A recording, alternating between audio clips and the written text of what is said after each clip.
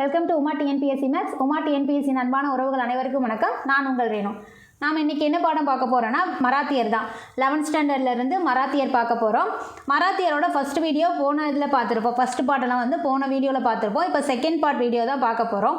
So நம்ம போன வீடியோவில் என்ன பார்த்தோம் அப்படின்னா மராத்தியரோட எழுச்சிக்கான காரணங்கள் என்னன்னு பார்த்துருப்போம். அடுத்ததாக சிவாஜி அவர்கள் பற்றி பார்த்துருப்போம். சிவாஜி அப்படிங்கும்போது 1627 80 வரைக்கும் 1680 வரைக்கும் இருந்தார். அவரோட அதாவது 53 வருடம் தான் அவரோட காலகட்டம் அப்படிங்கிறது. அதுலேயும் பார்த்தீங்க அப்படின்னா அவரது 19வது வயதில் அதாவது 1646 வந்து இராணுவத்தை வழிநடத்த ஆரம்பிச்சிருப்பார் முதல் டைமாக. 1646லையும் 47லையும் சில பகுதிகளை கைப்பற்றியிருப்பார். 49லேருந்து 55 வரைக்கும் பார்த்தீங்க அப்படின்னா ஒரு கேப் விட்டுருப்பார். அடுத்ததாக பார்த்தீங்க அப்படின்னா மறுபடியும் அதுக்கப்புறமா அவர் 10 ஆண்டுகள் கழித்து மறுபடியும் தொடங்கியிருப்பார். அதாவது 56ல் ஸ்டார்ட் பண்ணியிருப்பார். 1656ல் ஸ்டார்ட் பண்ணியிருப்பார். இருப்பினும் பார்த்தீங்க அப்படின்னா 1674 தான் ராய்கர் கோட்டையில் சத்ரபதி பட்டத்தோடு வந்து அரியணை ஏறியிருப்பார்னு பார்த்துருப்போம். 1680 அப்படிங்கும்போது பல போர்கள் புரிஞ்சதுனால உடல்நலக் குறைவுனால அவர் வந்து இறந்திருப்பாருன்னு பார்த்துருப்போம். ஸோ அவர் இறந்ததுக்கு அப்புறமா தான் சிவாஜிக்கு பிறகு மராத்தியர்கள் யார் யார் இருந்தாங்க அப்படிங்கிறத பார்த்தோம். அப்படி பார்க்கும்போது நமக்கு அவரது மகன் சாம்பாஜி வந்திருப்பார். அவர் ஒரு வருடம் கழிச்சு சிவாஜி இறந்து ஒரு வருடம் கழிச்சு தான் ஆட்சியை பிடிச்சிருப்பார். 1681 81லேருந்து 89 வரைக்கும் அவர் அரசு பண்ணியிருப்பார். அதில் பார்த்தீங்க அப்படின்னா 89 அப்படிங்கும்போது அவுரங்கசீப்போட மகன் 2ஆம் அக்பர் இருக்கார் இல்லையா, அவருக்கு வந்து இவர் சப்போர்ட் பண்ணதுனால தான் வந்து அவுரங்கசீப்பால் அவர் வந்து கொல்லப்பட்டிருப்பார். அவரோட கட்டளையின்படி அவர் கொல்லப்பட்டிருப்பார். சாம்பாஜி கொல்லப்பட்டிருப்பார். ஸோ அவருக்கு அடுத்தது பார்த்தீங்க அப்படின்னா சாகு தான். சாகு அப்படிங்கிறது சாம்பாஜியோட மகன். பட் அவர் வந்திருக்க மாட்டார். அப்புறம் அவர் வந்து சிறையில் இருந்ததுனால சாம்பாஜியோட தம்பி சிவாஜியோட இரண்டாவது மகன் சொல்லப்படக்கூடிய ராஜாராம் வந்திருப்பார். ஸோ ராஜாராம் பார்த்தீங்க அப்படின்னா அவர் ஒரு குறிப்பிட்ட காலம் ஆட்சி பண்ணியிருப்பார். அதாவது 1700 அப்படிங்கும்போது அவர் இறந்திருப்பார். 1689லேருந்து 1700 வரைக்குமே பார்த்தீங்க அப்படின்னா ராஜாராம் இருந்திருப்பார். அவர் இறந்ததுக்கு அப்புறமா பார்த்தீங்க அப்படின்னா அவரது மகன் அதாவது கை குழந்தையாக இருந்ததுனால அவரது மனைவி தாராபாய் வந்து அந்த கை குழந்தைய ஆதாரமாக வச்சு அவங்க ஆட்சியை பண்ணியிருப்பாங்க. அவங்க ஒரு 7-8 வருஷம், அதாவது 1700லேருந்து 1708 வரைக்குமே அவங்க பண்ணியிருப்பாங்க. அடுத்தது சாகு அவுரங்கசீப் 1707 இறந்ததுக்கப்புறமா சாகு ரிலீஸ் ஆகிருப்பார் சிறையிலேருந்து. அதுக்கப்புறமா அவர் வந்து அரியணை பிடிச்சிருப்பார் 1708. ஸோ சாகுவால் தான் நமக்கு வந்து பேஷ்வாவோட ஆட்சியே வந்திருக்கும். அவங்கக்கிட்ட அதிகாரம் அப்படிங்கிறது அவரால் தான் போயிருக்கும். அது வரைக்கும் வந்து அவங்களும் வந்து அஷ்டபிரதான்னு சொல்லக்கூடிய சிவாஜி அவர்களால் நிறுவப்பட்ட அஷ்டபிரதான்னு சொல்லக்கூடிய 8 அமைச்சர்கள் கொண்ட அமைச்சரவைகளில் முதன்மையானது தான் பேஷ்வா. ஸோ அந்த பேஷ்வாவுக்கு முழு அதிகாரமும் வந்தது யாரால் அப்படின்னா இந்த சாகுவால் தான். ஏன் அப்படின்னா தாராபாய்க்கும் ஷாகுவுக்கும் உள்நாட்டு போர் நடந்தது இல்லையா அரியணைக்காக. அதில் வந்து இந்த பாலாஜி விஸ்வநாத்னு சொல்லக்கூடிய முதன்மை பேஷ்வா வந்து உதவி பண்ணியிருப்பார். அதனால தான் அவருக்கு வந்து பேஷ்வாவோட அதிகாரம் வந்திருக்கும். அப்புறமேல தான் அவரோட பேஷ்வா அப்படிங்கிறது அவரோட புத்தி கூர்மையினாலையும் அதாவது சாமர்த்தியத்தினாலையும் அவர் வந்து பேஷ்வாவை வரவு வழியாக பண்ணியிருப்பார். எப்படி மன்னர்கள் வந்து அவங்க இறந்தாங்க அப்படின்னா மகன் அப்படிங்கிற மாதிரி வந்துக்கிட்டே இருப்பாங்க இல்லையா, அதே மாதிரி இவரோட சாமர்த்தியத்தினால பேஷ்வா அப்படிங்கிறது மரபு வழியாக மாற்றப்பட்டுச்சு. சிவாஜி காலத்தில் மரபு வழின்னு ஒரு பதவி கிடையாது. பட் இவர் காலத்தில் பார்த்தீங்க அப்படின்னா சாகு காலத்தில் பேஷ்வாவை கொண்டு வந்ததுனால அது மரபு வழியாக அப்படியே வந்துகிட்டே இருந்தது. ஸோ அதெல்லாமே நம்ம பார்த்தோம். சிவாஜிக்கு பிறகு மராத்தியர் எப்படி இருந்தாங்க அப்படின்னா சிவாஜி ஆட்சியில் மராத்திய நிர்வாகம் எப்படி இருந்ததுன்னு பார்த்துருப்போம். சிவாஜி பார்த்தீங்க அப்படின்னா இந்த மாகாணங்கள், அதாவது அந்த அரசை வந்து 4 மாகாணங்களாக பிரிச்சிருப்பார். ஒவ்வொரு மாகாணத்துக்கும் அரச பிரதிநிதியை நியமனம் பண்ணியிருப்பார். அதே போல் மாகாணங்கள் அப்படிங்கும்போது பல பிராந்தியங்களாகவும் இருந்ததுன்னு பார்த்தோம். அடுத்தது பேஷ்வா ஆட்சியில் பார்த்தீங்க அப்படின்னா பாலாஜி விஸ்வநாத் பார்த்தோம். அவர் பார்த்தீங்க அப்படின்னா 1713லேருந்து 20 வரைக்கும் இருந்திருப்பார். ஸோ இவருக்கு அப்புறமா பார்த்தீங்க அப்படின்னா அவரது மகன் முதலாம் பாஜிராவ் வந்திருப்பார். ஸோ முதலாம் பாஜிராவ் பார்த்தீங்க அப்படின்னா நமக்கு மராத்திய சாம்ராஜ்யத்தோட அதிகாரத்தை அவர் தான் வந்து மேம்படுத்தியிருப்பார். இது நமக்கு ஒரு புக் பேக் கொஸ்டினும் கூட. ஸோ இவரை பற்றி பார்த்துருப்போம். மராத்திய சாம்ராஜ்யத்தோட அதிகாரத்தை பாஜிராவ் தான் மேம்படுத்தியிருப்பார். எந்த பேஷ்வா மேம்படுத்தியிருப்பார்னு ஒரு கொஸ்டின் இருக்கும். முதலாம் பாஜிராவ் தான் மேம்படுத்தியிருப்பார். ஸோ இவரை தொடர்ந்து பார்த்தீங்க அப்படின்னா இவரது மகனை பார்த்துருப்போம், பாலாஜி பாஜிராவ் அப்படிங்கும்போது 1740லேருந்து 61 வரைக்கும், இவர் 20லேருந்து 40 வரைக்கும் இருப்பார். முதலாம் பாஜிராவ் பார்த்தீங்க அப்படின்னா 20லேருந்து 40 வரைக்கும் இருப்பார். இவரை தொடர்ந்து இவரது மகன் பேரெல்லாம் பார்த்திங்கன்னா ஒரு 20 ஆண்டுகள் ஆட்சி பண்ணியிருப்பாங்க. 20 ஆண்டுகள் ஆட்சி பண்ணியிருப்பாங்க. ஸோ நம்ம கர்நாடக தாக்குதல்களில் பார்த்துட்டோம், போன வீடியோலேயே பார்த்துருப்போம். ஸோ இப்போ பார்த்தீங்க அப்படின்னா உத்கீர் போர் பற்றி பார்க்கலாம். உத்கீர் போர் அப்படிங்கிறது ஒரு வாரிசுரிமை சண்டை தான். ஸோ அதில் வந்து பேஷ்வாக்கள் எப்படி உள்ளே போனாங்க, என்னென்ன பகுதிகளை கைப்பற்றினாங்க அப்படிங்கிறத பார்க்கலாம். உத்கீர் போர் 1760 நடந்தது. 1748 அப்படிங்கும்போது நிஜாம் ஆசப் ஜா இவரோட மரணத்துக்கு பின்னாடி தான் வாரிசு போட்டி வெடிக்குது. இதனால் நிஜாமோட மூத்த மகனை பேஷ்வா ஆதரிக்கிறாரு. உத்கீர் போருங்கிறது நமக்கு ஒரு வாரிசுரிமைக்காக நடக்கிற சண்டை. நிஜாம் ஆசப் ஜா. ஸோ அவரது மரணத்துக்கு பின்னாடி அவரது பசங்கள்லாம் வந்து வாரிசுரிமை போட்டி வெடித்ததுனால தான் நிஜாமோட மூத்த மகனை பேஷ்வா வந்து ஆதரிக்கிறாரு. இதில் பார்த்தீங்க அப்படின்னா இது பார்த்திங்கன்னா சதாசிவராவ் தலைமையிலான மராத்திய படை பார்த்தீங்க அப்படின்னா 1760 உத்கீர் போரில் வெற்றி பெற்றது. இந்த வெற்றி பார்த்தீங்க அப்படின்னா மராத்தியரோட இராணுவ பலத்துக்கு கடைசி கட்டமாக இருந்தது. ஏன் அப்படின்னா இதுக்கப்புறம் நமக்கு 3ஆம் பானிபட் போர் நடக்கும். அதில் வந்து படுதோல்வி அடைஞ்சிருப்பாங்க மராத்தியர்கள். அதனால தான் இங்கே நடக்கிற அந்த போர் அப்படிங்கிறது அவங்களுக்கு கடைசி கட்டமாக நடந்த வெற்றி அப்படின்னு சொல்லப்படுது. அதாவது 1760 உத்கீரில் கிடைக்கிற அந்த வெற்றி அப்படிங்கிறது மராத்தியர்களோட கடைசி வெற்றியாக பார்க்கப்படுது. அதுக்கப்புறமா அவங்க வந்து தோல்வி விட்டுருந்தாங்க. பானிபட் போர், அப்புறம் அடுத்தது ஆங்கிலேயர்களோட போடப்பட்ட போர்லாம் பார்த்தீங்க அப்படின்னா வரிசையாக அவங்க வந்து தோல்வியை தழுவிருப்பாங்க. ஸோ நம்ம அதை தொடர்ந்து பார்க்கலாம். இதுதான் நமக்கு அவங்களோட கடைசி வெற்றின்னு பார்க்கப்படுது. போருக்கு பின்னாடி பார்த்தீங்க அப்படின்னா பேஷ்வா கைப்பற்றிய பகுதிகள் அப்படிங்கும்போது பிஜப்பூர், அவுரங்காபாத், தௌலதாபாத், அகமது நகர், பர்கான்பூர் இதெல்லாமே வந்து உத்கீர் போரில் நம்ம பேஷ்வா அவர்கள் கைப்பற்றின பகுதிகள். 1741, 48 இதுக்கு இடையில பார்த்தீங்க அப்படின்னா மராத்தியர் அப்படிங்கிறவங்க 1741 48 வரைக்கும் மராத்தியர் பார்த்தீங்க அப்படின்னா ராஜபுதனத்தை கைப்பற்றுவதற்காக 6 முறை படையெடுத்திருப்பாங்க. 6 முறை படையெடுத்ததுக்கு அப்புறம் தான் இறுதியில் ராஜபுதனத்தை தங்களோட ஆளுகை கீழே கொண்டு வந்திருப்பாங்க. அது மட்டும் இல்லை, அவங்க அப்படியே டெவலப் பண்ணிகிட்டே போவாங்க. ஆட்சியை வந்து அவங்களோட அந்த பகுதிகளை போர் புரிஞ்சு அப்படியே டெவலப் பண்ணிகிட்டே போவாங்க. அதனால தான் வடமேற்கு திசையில் ராஜபுதனத்தை 6 முறை படையெடுத்து இறுதியாக வந்து கைப்பற்றியிருப்பாங்க. அடுத்ததாக பார்த்தீங்க அப்படின்னா 51 48க்கு அப்புறமா 51 பார்க்கும்போது வங்காள நவாப் அவருக்கு ஒரே அடியாக அழுத்தத்தை கொடுத்து ஒரிசாவை கைவிடுற மாதிரி செஞ்சுட்டு அடுத்ததாக பார்த்தீங்க அப்படின்னா அதை வந்து மராத்தியருக்கு கப்பம் கட்டுற அளவுக்கு செஞ்சுருப்பாங்க. இது வந்து பெங்காலில் ஒரிசாவில் பார்த்தீங்கன்னா இது நடந்திருக்கும். 1751 நடந்திருக்கும்.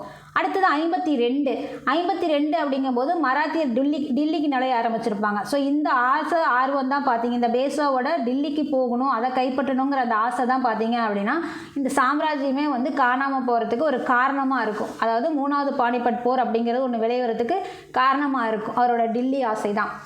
அதே மாதிரி 1752 அப்படிங்கும்போது மராத்தியர் டில்லியில் நுழைகிறாங்க. அங்கே இருக்கக்கூடிய ஆப்கானியரையும் ரோஹில்லாக்களையும் விரட்டி அடிக்கிறாங்க.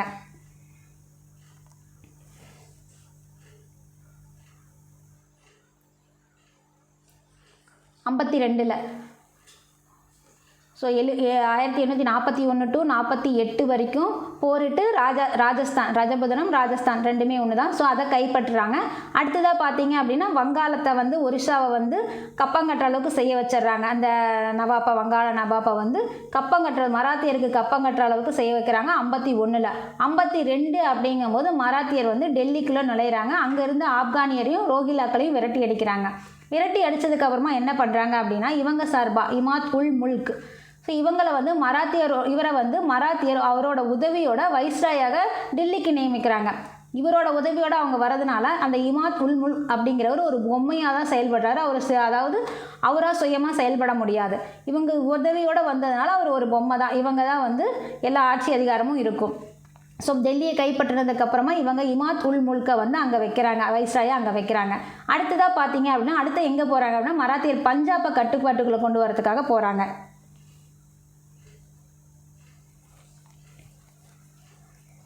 மராத்தியர் பார்த்தீங்க அப்படின்னா பஞ்சாபை கட்டுப்பாட்டுக்குள்ளே கொண்டு வராங்க. அது அந்த டைமில் பார்த்தீங்க அப்படின்னா ஆப்கானிஸ்தானில் துரானி சாம்ராஜ்யத்தை நிறுவிய அகமது ஷா அப்தாலியோட பிரதிநிதியை பஞ்சாப்லேருந்து அகற்றுறாங்க. இதுதான் பிரச்சனைக்கு 3வது பானிபட் போருக்கு காரணம். அகமது ஷா அப்தாலியோட போருக்கு வர்றதுக்கு காரணமே வந்து மராட்டியர்களுக்கு இந்த பிரச்சனை தான். இங்கே தான் பஞ்சாப்ல இருந்து பிரதிநிதியை, அவர் சார்பாக இருக்கக்கூடிய பிரதிநிதியை வெளியே துரத்திட்டு இவங்க வந்து ஒரு ஆளை வைப்பாங்க. அங்கே தான் பிரச்சனையே வெடிக்குது.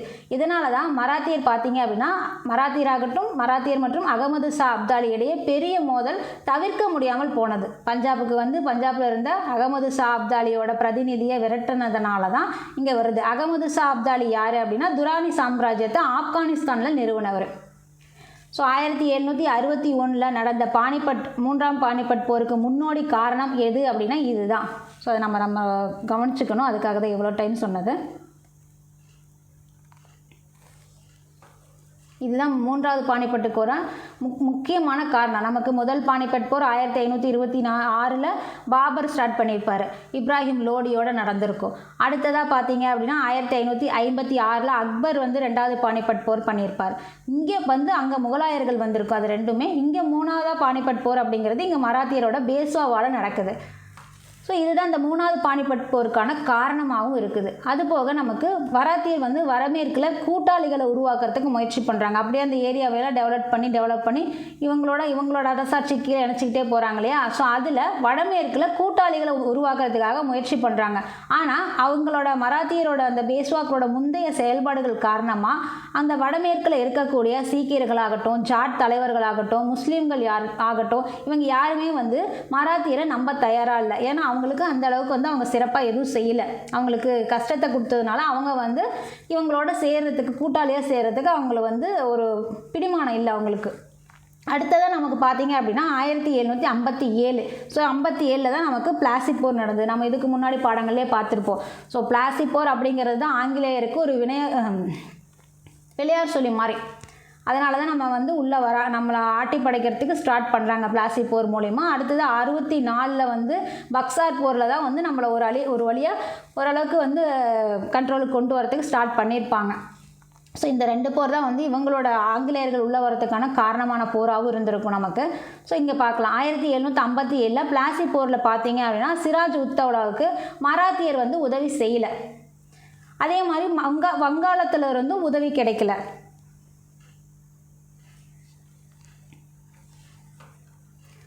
அடுத்ததாக கர்நாடகத்திலையும் வங்காளத்திலையும் ஆங்கிலேயருக்கு எதிரான பேஸ்வாவோட முயற்சிகள் வந்து எதுவுமே வெற்றி பெறலை.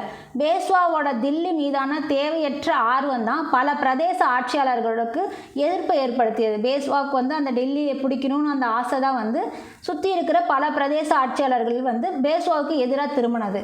அதுபோக நமக்கு எந்த இடத்துலையும் பேஸ்வாவுக்கு ஒத்துழைப்பு கிடைக்கல. கர்நாடகத்துலேயும் வங்காளத்துலேயும் ஸோ எந்த இடத்துல அவங்க வந்து ஆங்கிலேயருக்கு எதிராக முயற்சி பண்ணாலும் எதுவுமே வெற்றி கிடைக்கல. இறுதியில் அப்படின்னு பார்க்கும்போது 1761 அப்படிங்கும்போது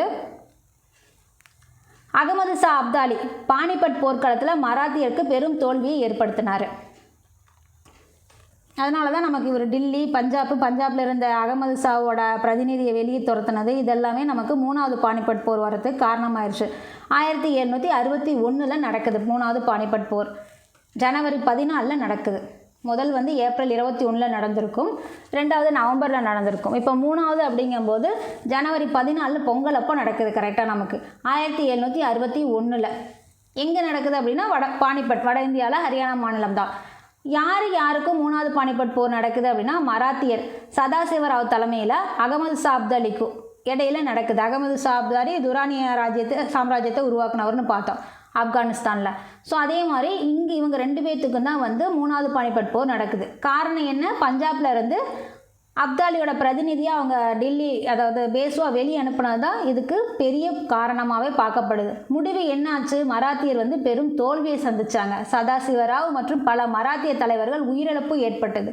ஸோ அது விளைவுகள் அப்படிங்கும்போது என்ன நடந்தது? இந்த 3ஆம் பானிபட்டோட போரில் தோல்விக்கு அப்புறம் விளைவுகள் அப்படிங்கிறது மராத்தியரோட சக்தி வந்து முற்றிலுமாக சிதைவுற்றுது. அது மட்டும் இல்லை, முகலாய பேரரசு இன்னும் பலவீனமானாங்க. இந்த கேப்பில் அரசியலில் வெற்றிட உருவானதுனால இதை வந்து இந்தியாவில் இருக்கக்கூடிய ஆங்கிலேயர்கள் வந்து அவங்களுக்கு எளிதாக முன்னேறி ஆட்சியை நிலைநிறுத்துறதுக்கு உண்டான வாய்ப்பு அவங்களுக்கு கிடைக்கிது.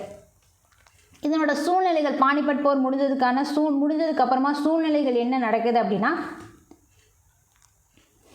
பலவீனமான இருக்கக்கூடிய முகலாய அரசு வடமேற்கு எல்லையை பாதுகாக்க தவறிட்டாங்க. ஸோ இது நமக்கு ஒரு புக் பேக் கொஸ்டின் தான். என்ன அப்படின்னா சரியானவற்றை தேர்ந்தெடு அப்படின்னு கொடுத்துருப்பாங்க.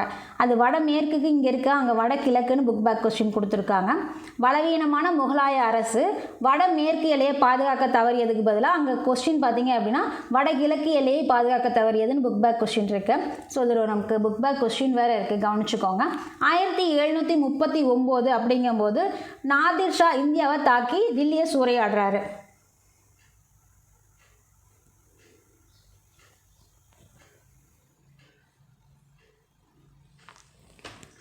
வடமேற்கு எல்லையை அவங்க பாதுகாக்க தவறிட்டாங்க முகலாய அரசு. அதுக்கு அடுத்ததாக பார்த்தீங்க அப்படின்னா 1739 அப்படிங்கும்போது நாதிர் ஷா உள்ளே வராரு. இவர் வந்து இந்தியாவை தாக்கி தில்லியை சூறையாடுறாரு. நாதிர் ஷா தான் பார்த்தீங்க அப்படின்னா கோஹினூர் வைரத்தை மற்றும் மகிழாசனம் இது ரெண்டையுமே வந்து எடுத்துகிட்டு போகிறவர். ஸோ இது நமக்கு ஒரு புக் பேக் கொஸ்டின். கோஹினூர் வைரத்தை எடுத்துகிட்டு போனவர் யார் அப்படின்னா நாதிர் ஷா தான் வந்து எடுத்துகிட்டு போனார். நாதிர் ஷா கோஹினூர் வைரத்தை மட்டும் இல்லை, மகிழாசனத்தையும் எடுத்துகிட்டு போகிறாரு. மகிழாசனம் அதாவது 1747 நாதிர் ஷா கொல்லப்பட்டதுக்கு அப்புறமா அவரது தளபதி அகமது ஷா அப்தாலி, இப்போ மேலே பார்த்தோம் இல்லையா பானிபட் போர் 3வதுக்கு யாரோட நடந்தது அப்படின்னு இவர் தான். ஸோ இவர் யாருக்கு தளபதியாக இருக்கார் அப்படின்னா நாதிர் ஷாவுக்கு தளபதியாக இருக்கார். ஸோ அவர் கொல்லப்பட்டதுக்கு பின்னாடி இவர் என்ன, அதாவது அகமது ஷா பார்த்தீங்க அப்படின்னா ஆப்கானிஸ்தானோட ஆட்சியாளராக ஆகிறாரு. அகமது ஷா அப்தாலி அப்படிங்கிறவர் முல்தான் பஞ்சாபை கைப்பற்றி தாக்குதலை தொடங்க ஆரம்பிக்கிறாரு. ஆப்கானிஸ்தானோட ஆட்சியாளர் ஆனதுக்கப்புறமா இவர் என்ன பண்ணுறாரு, முல்தான் பஞ்சாபை கைப்பற்றி இவரோட தாக்குதலை தொடங்குறாரு. ஸோ இவர் பார்த்தீங்க அப்படின்னா பஞ்சாபோட ஆளுநராக மீர் மன்னு அப்படிங்கிறவரை அவர் வந்து அதாவது பஞ்சாபோட ஆளுநராக இருக்கக்கூடிய மீர் மன்னு அப்தாலியோட முகவராகவே செயல்பட்டார் அப்படின்னு சொல்லப்பட்டிருக்கு. மீர் மன்னு இறந்ததுக்கு அப்புறமா பார்த்தீங்க அப்படின்னா அவரது மனைவி டில்லி வசீர் இருக்காங்க இல்லையா, வசீர் அப்படின்னா நமக்கு அதாவது எப்படி சொல்கிறது, மராத்தியர்களுக்கு பேஸ்வா எப்படி முதன்மையான அமைச்சர்னு சொல்கிறோம், பிரதம அமைச்சர்னு சொல்கிறோம், அதே மாதிரி மராத்தியர்களுக்கு எப்படி பேஸ்வாவோ அதே மாதிரி முகலாயர்களுக்கு வசீர்னு சொல்லப்படுது. அப்படி இருக்கும்போது மீர் மன்னோட மரணத்துக்கு அப்புறமா அவரது மனைவி என்ன பண்ணுறாங்கன்னா டில்லியில் வசீராக இருக்கக்கூடிய இமாத் உல் முல்க், ஸோ இவரை தான் வந்து மராத்தியர்கள் வந்து டில்லியை கைப்பற்றுறதுக்கு அப்புறமா அங்கே நியமிச்சுட்டு வருவாங்கன்னு பார்த்தோம் இல்லையா. ஸோ அவர்கிட்ட டில்லி அதாவது மனைவி என்ன பண்ணுறாங்க அப்படின்னா அவரோட துணையோட பஞ்சாபோட ஆளுநராக மீர் முனீமை அப்தாலியோட ஒப்புதல் இல்லாமல் நியமிக்கிறாங்க. ஆல்ரெடி அப்தாலிக்கு சப்போர்ட் முகவராக செயல்பட்டவர் மீர் மன்னு இறந்ததுக்கப்புறமா இவர்கிட்ட எந்த ஒரு ஒப்புதலும் கேட்காம அவரோட மனைவி என்ன பண்ணுறாங்க அப்படின்னா மீர் முனீமை வந்து பஞ்சாபோட ஆளுநராக ஏற்கிறதுக்காக முடிவு பண்ணிடுறாங்க. ஸோ இதனால் கோபமடைகிற அப்தாலி பார்த்தீங்க அப்படின்னா பஞ்சாபை மீண்டுமா கைப்பற்றி அதோடு சேர்த்து தில்லியும் கைப்பற்ற ஆரம்பிச்சிடுறாரு.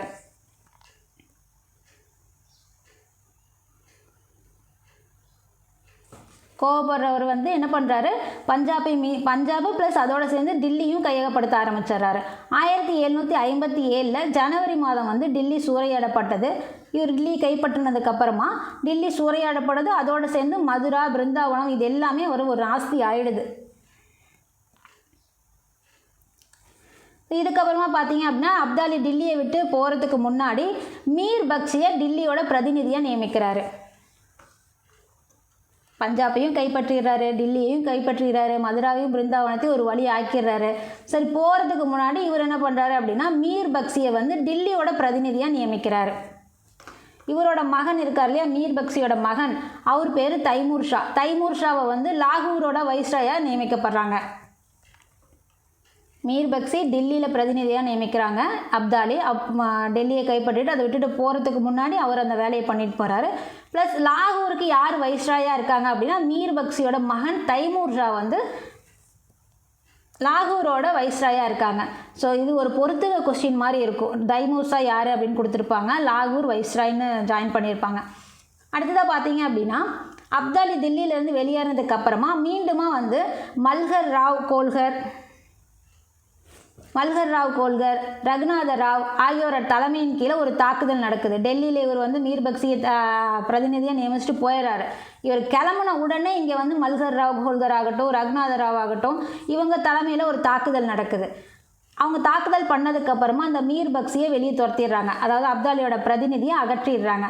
அவங்க மராத்தியர் தங்களுக்கு விருப்பமானவர்களை வசீராக நியமிக்கிறாங்க. இவர் ஆல்ரெடி அப்தாலி இருந்தவங்க பஞ்சாபில் துரத்துனால தான் அவர் அங்கேருந்து கிளம்பி வந்து பிடிச்சாரு. இப்போ மறுபடியும் டெல்லியில் இருக்கிறவங்களையும் இவர் துரத்தி விட்றாங்க. இவங்க மராத்தியர் துரத்தி விட்றாங்க. துரத்தி விட்டுட்டு இவங்களுக்கு விருப்பமானவங்களை வசீராக நியமிக்கிறாங்க. 1758 அப்படிங்கும்போது மராத்தியர் பார்த்தீங்க அப்படின்னா சர்கிந்த், லாகூர் இது ரெண்டையுமே கைப்பற்றிடுறாங்க. லாகூரை கைப்பற்றுறதுனால என்ன ஆகுது, அங்கே வைஸ்ராயாக இருக்கக்கூடிய தைமூர் ஷா, மீர் பக்சியோட மகன் தைமூர் ஷா இருக்காரு, அவரும் ஆட்சியிலிருந்து அகற்றப்படுறாரு. மீர் பக்சியும் அகற்றப்படுறாரு, தைமூர் ஷாவும் லாகூர்லேருந்து அகற்றப்படுறாரு. 1759 அக்டோபரில் பார்த்தீங்க அப்படின்னா அப்தாலி வந்து மீண்டுமா வந்து பஞ்சாபை கைப்பற்றிடுறாரு. இதனால் மராத்தியர் பார்த்தீங்க அப்படின்னா அவங்க கைப்பற்றின லாகூர், முல்தான், சர்கிந்த் இந்த பகுதிகளில் இருந்து பின்வாங்க நேரிடுது. ஏன்னா அப்தாலி உள்ளே வந்துடுறாரு. மறுபடியும் வந்து பஞ்சாபை கைப்பற்றுறதுனால 1759 அக்டோபரில் வந்து அவர் வந்து கைப்பற்றுறதுனால மறுபடியும் இவங்க மராத்தியர்கிட்ட இருந்தது எல்லாத்தையும் வந்து அவங்க அந்த இடத்த விட்டு பின்வாங்க நேரிடுது. பஞ்சாபோட இந்த நிலைமையை சீர்படுத்துறதுக்காக பேஷ்வா பார்த்தீங்க அப்படின்னா மகாதாஜி சிந்தியாவோட சகோதரராக இருக்கக்கூடிய தத்தாஜி சிந்தியாவை அங்கே அனுப்புகிறாரு. இங்கே ஒரே குழப்பமாகவே இருக்குது, பிடிக்கிறாங்க விடுறாங்க அப்படிங்கிறதுனால பாலாஜி பாஜிராவ் இருக்கார் இல்லையா, அவர் என்ன பண்ணுறாரு அப்படின்னா மகாதாஜி சிந்தியா அவரோட சகோதரராக இருக்கக்கூடிய தத்தாஜி சிந்தியாவை அங்கே அனுப்புகிறாரு பஞ்சாபோட நிலைமையை சரி பண்ணுறதுக்காக. 1760 அப்படிங்கும்போது அப்தாலி பார்த்தீங்க அப்படின்னா தத்தாஜி சிந்தியாவையும் தாக்கி வீழ்த்திடுறாரு. இது போக நமக்கு மல்ஹர் ராவ் ஹோல்கரும் சிகந்தராவில் போரில் தோல்வி கண்டுறாரு. இது 1760 நடக்குது நமக்கு.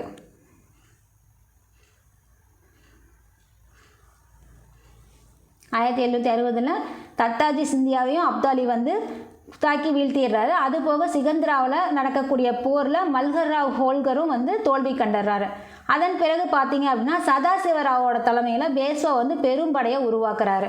வட இந்தியாவில் மராத்தியருக்கு கூட்டாளிகள் யாருமே கிடையாது. ஒரு பெரும்படையை உருவாக்குனாலும் வட இந்தியா சைடில் மராத்தியர்களுக்கு கூட்டாளிகள் கிடையாது.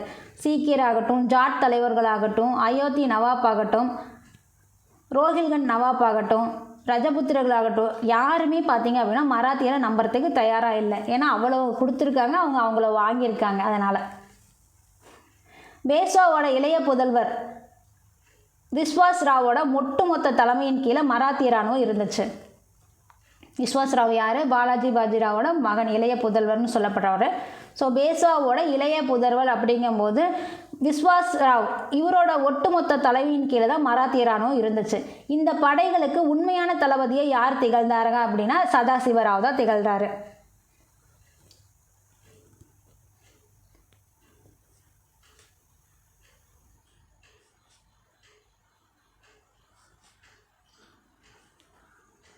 உண்மையான தலைவராக யார் இருக்கார்?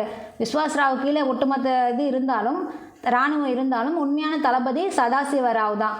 ஸோ இவர் போகிற வழியில் பார்த்தீங்க அப்படின்னா ஹோல்கர், சிந்தியா, கெய்க்வாட் ஆகியோரை இணைச்சிக்கிறாங்க. முகலாய சிங்காசனத்தில் ஒரு குழப்பம் ஏற்படுது. இந்த டைமில் இவங்க மராத்தியர் வந்து சண்டைக்கு போயிட்டுருக்க அந்த காலகட்டத்தில் முகலாய சிங்காசனத்தில் ஒரு குழப்பம் ஏற்படுது. என்ன அப்படின்னு பார்த்தீங்க அப்படின்னா 2ஆம் ஆலம்கீர் வந்து கொல்லப்படுறாரு. 2ஆம் ஆலம்கீர் கொல்லப்பட்டதுக்கப்புறமா அவரது இளைய மகன் 2ஆம் ஷா ஆலம் வந்து தானே முடிசூட்டி கொள்கிறாரு. இந்த படுகொலையை, அந்த 2ஆம் ஆலம்கீர் கொல்லப்படுறார் இல்லையா, அந்த படுகொலையை திட்டமிடுற வசீர் இருக்கார் இல்லையா, அவர் பார்த்தீங்க அப்படின்னா 3ஆம் ஷாஜகானுக்கு பட்டத்தை சூட்டுறாரு. 2ஆம் ஆலம்கீர் கொல்லப்படுறார். யாரால் அப்படின்னா அங்கே இருக்கக்கூடிய வசீரால் கொல்லப்படுறாரு. டெல்லியோட வசீர்னு சொல்லலாம். ஸோ அவரால் தான் இவர் கொல்லப்படுறாரு, திட்டமிட்டு கொல்லப்படுறாரு. இவர் திட்டமிட்டு கொல்லது எதுக்காக? 3ஆம் ஷாஜகானுக்கு பட்டம் சுட்டுறதுக்காக. ஆனால் அவரது இளைய மகன், ஆலம்கீரோட இளைய மகன் வந்து தனக்குத்தானே முடி சுட்டிக்குவார். 2ஆம் ஷா ஆலம் வந்து தனக்குத்தானே முடி சுட்டிக்குவார். அவரை தள்ளி விட்டுட்டு 3ஆம் ஷாஜகானுக்கு பட்டம் சுட்டுறாரு வசீர் அவர்கள். ஸோ இதை வந்து தலையிடுறதுக்கு யார் வராங்க அப்படின்னா சதாசிவராவ் வராரு. சதாசிவராவ் வந்து என்ன பண்ணுறாரு, தலையிட்டு 3ஆம் ஷாஜகானை அகற்றிட்டு தனக்குத்தானே பட்டத்தை சூட்டிக்கிட்டு 2ஆம் ஷா ஆலமையை மறுபடியும் மன்னராக அறிவிக்கிறாரு சதாசிவராவ். தொடர்ந்து பார்த்தீங்க அப்படின்னா அப்தலி படைகள் மீது உடனடியாக தாக்குதல் நடத்தலை சதாசிவராவ், வெயிட் பண்ணுறாரு. எதுக்காக அப்படின்னா அவங்களுக்கு வந்து உணவு தட்டுப்பாடு வரும், அது வரைக்கும் அவங்க வந்து உணவு தட்டுப்பாடு வரும்போது டல் ஆயிடுவாங்க, அப்போ வந்து நம்ம வந்து போர் தொடுக்கலாம் அப்படின்னு சொல்லிட்டு அப்தலி படைகள் மீது வந்து உடனடியாக தாக்காமல் சதாசிவராவ் வெயிட் பண்ணிகிட்ருக்காரு. ஆனால் அப்தலி ரொம்ப உஷாராக என்ன பண்ணுறாரு அப்படின்னா உணவுப் பொருளெல்லாம் தங்கு தடை இல்லாமல் கிடைக்கிற பசுமையான ஆற்றங்கரை பகுதிகளில் தன்னோட படைகளை நிறுத்தி உணவு பற்றாக்குறை இல்லாமல் பார்த்துக்கிறாரு. ஸோ என்ன நடக்குது, 3வது பானிபட்டோட விளைவுகள் அடுத்தது. 1761 ஜனவரி 14 பானிபட் 3வது பானிபட் போர் வந்து நடைபெறுது. மராத்திய படைகள் முற்றிலுமாக அழிஞ்சிருது. பேஷ்வாவோட இளைய மகன் பார்த்தோம் இல்லையா விஸ்வாஸ்ராவ், அவராகட்டும் சதாசிவராகட்டும் எல்லாருமே பார்த்தீங்க அவங்க 2 பேரும் ப்ளஸ் அவங்களோட இருக்கிற எல்லா தலைவர்களுமே வந்து கொல்லப்படுறாங்க இந்த பானிபட் 3வது போரில். ஹோல்கர் வந்து தப்பி போகிறாரு, வழியில் சேர்த்துக்கிட்டாங்க இல்லையா, ஹோல்கர் சிந்தியா அவங்களெல்லாம் சேர்த்துக்கிட்டாங்க இல்லையா. ஸோ ஹோல்கர் வந்து தப்பிச்சு போகிறவரை சிந்தியாவோட படைகள் வந்து துரத்திட்டு போகுது. இந்த தோல்வி செய்தியை கேட்கக்கூடிய பாலாஜி பாஜிராவ் வந்து மனவேதனையினால் 1761 ஜூனில் இறந்துடுறாரு. ஜனவரி 14 பானிபட் போர் 3வது பானிபட் போர் நடக்குது.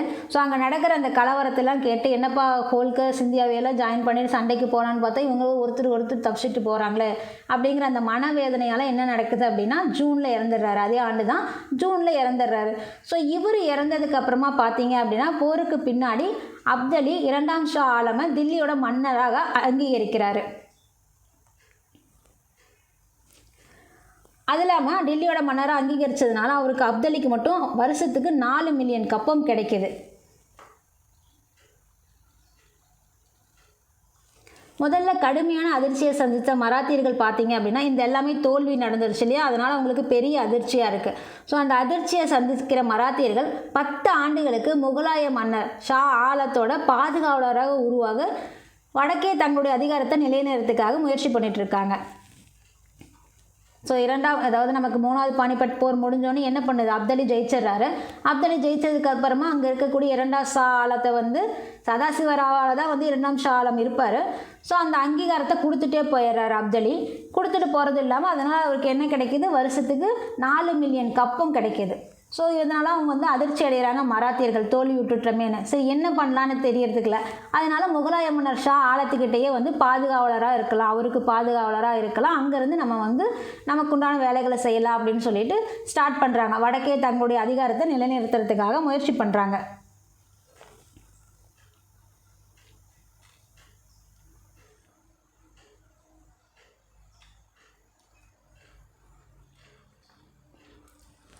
பாலாஜி பாஜிராவ் இறந்துட்டார். ஸோ அடுத்ததாக பார்த்தீங்க அப்படின்னா அவரோட மகன் வருவார், பேஷ்வா அப்படின்னு சொல்லக்கூடிய 1வது மாதவராவ்.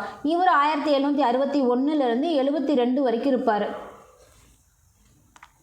61 ஜூனில் வந்து அவர் இறந்துடுறாரு இல்லையா பாலாஜி பாஜிராவ். ஸோ அவரோட மகன் வந்து 61 ஸ்டார்ட் பண்ணுறாரு. 61 ஸ்டார்ட் பண்ணி 72 வரைக்குமே அவர் இருக்கார் 1ஆம் மாதவராவ். ஸோ இவர் ஓரளவுக்கு வந்து நல்லாவே வந்து ஆட்சியெல்லாம் நடத்தியிருப்பார், சிறப்பாகவே செஞ்சுருப்பார். 1761 பாலாஜி பாஜிராவுக்கு பிறகு அவரது மகன் மாதவராவ் வந்து பேஷ்வா ஆகிறாரு. பேஷ்வாவோட இளைய சகோதரர் ராகவோட ஆட்சியில் தான் வந்து இவர் ஆட்சி பொறுப்பை ஏற்கிறாரு. இறந்தார் இல்லையா பாலாஜி பாஜிராவ். ஸோ அவரோட இளைய சகோதரராக இருக்கக்கூடிய ராகவோட ஆட்சியில் தான் வந்து மாதவராவ் வந்து பேஷ்வாவாக பதவி ஏற்கிறாரு. பானிபட் போரில் அதுக்கு பின்னாடி இழந்த மராத்திய அதிகாரத்தை மீட்கிறதுக்காக மாதவராவ் முயற்சி பண்ணுறாரு. 1763 அப்படிங்கும்போது ஹைதராபாத் நிஜாமோட சண்டை போடுறாரு. ஸோ இவர் அந்த இழந்த பகுதிகளெல்லாம் மீட்கணும் இல்லையா, அதனால் இவர் முயற்சி பண்ணுறாரு. தனது தந்தை வந்து இறந்துட்டார், மனவேதனையில் இறந்துட்டார். ஸோ அதை வந்து நம்ம மீட்டு எடுக்கணும் அப்படிங்கிறதுக்காக ஃபஸ்ட்டு யார் கூட சண்டைக்கு போகிறாரு, இவர் வரதே பார்த்திங்கன்னா 61 தான் வருவார். 63 ஃபஸ்ட்டு யார் கூட சண்டைக்கு போகிறாருன்னு பார்த்தீங்க அப்படின்னா ஹைதராபாத் நிஜாமிக்கிட்ட சண்டைக்கு போகிறாரு. சண்டைக்கு போகும்போது 1765 to 67 இந்த டைமில் ஹைதர் அலிக்கு எதிராக போரிட்டு வெற்றி அடைகிறாரு. ஆனாலும் தான் இழந்த அனைத்து பகுதிகளையும் பார்த்தீங்க அப்படின்னா ஹைதர் அலி விரைவாகவே மீட்டெடுக்கிறாரு. என்னதான் வந்து மாதவராவ் வந்து சண்டை போட்டு பகுதிகளை பிடிச்சாலும் சீக்கிரத்தில் வெகு விரைவிலேயே பார்த்தீங்க அப்படின்னா ஹைதர் அலி வந்து அந்த பகுதிகளெல்லாம் மீட்டு எடுத்துடுறாரு. ஸோ இவங்க 2 பேர்த்துக்கு உண்டான சண்டை 1765 67 வரைக்கும் நடக்குது. 1772 அப்படிங்கும்போது மீண்டும் ஹைதர் அலி கைப்பற்ற அத்தனை பகுதிகளையும் மாதவராவ் வந்து கைப்பற்றுகிறார். ஸோ அதுக்கப்புறமா ஒரு தர்ம சங்கடமான ஒப்பந்தத்தில் வந்து ஹைதர் அலி கையெழுத்திடக்கூடிய ஒரு நிர்பந்தம் ஏற்படுது. மாறி மாறி பிடிச்சிக்கிறாங்க. 1772 அப்படிங்கும்போது மராத்தியர்கள்கிட்ட போயிடுது. ஹைதர் அலியோட பகுதிகளெல்லாம் வந்து மராத்தியர்கிட்ட போயிடுது. ஸோ அதை வந்து ஒரு தர்ம சங்கடமான ஒப்பந்தத்தின் கீழே வந்து ஹைதர் அலி கையெழுத்து போட்டு கொடுக்க வேண்டியதாக போயிடுது. அடுத்தது பார்த்தீங்க அப்படின்னா ரோஹில்லாக்களையும் வீழ்த்தி ரஜபுத் ஜாட் அரசுகளை அடக்குறாரு. இது முடிஞ்சிடுச்சு. அடுத்ததாக பார்த்தீங்க அப்படின்னா ரோஹில்லாக்களை வீழ்த்துறாரு, ரஜபுத் ஜாட் அரசுகளை அடக்கிறாரு. 1771 அப்படிங்கும்போது 2ஆம் ஷா ஆலம் அலகாபாத்திலிருந்து டில்லிக்கு அழைத்து வரப்படுறாரு. இங்கே பிரச்சனை நடக்கும்போது 2ஆம் ஷா ஆலம் வந்து ஓடி போயிடுவார். ஆங்கிலேயர்கள்கிட்ட ஒரு பாதுகாப்புக்காக அங்கே ஓடி போயிடுவார். ஸோ டில்லியோட இதாக இருந்தார் இல்லையா, ஆளுநர், டில்லியோட அரசராக இருந்தார் 2ஆம் ஷா ஆலம். ஸோ இவர் தொடர்ந்து வந்து மாதவராவ் வந்து பிரச்சனை பண்ணிகிட்டே இருக்கும்போது 2ஆம் ஷா ஆலம் வந்து ஓடி போயிடுறாரு ஆங்கிலேயர்கள்கிட்ட. ஸோ அவர் 1771 அலகாபாத்திலிருந்து டில்லிக்கு அழைச்சி வராங்க. ஷா ஆலம் பார்த்தீங்க அப்படின்னா கோரா, அலகாபாத் ஆகியவற்றை மராத்தியருக்கு ஒப்படைக்கிறாரு.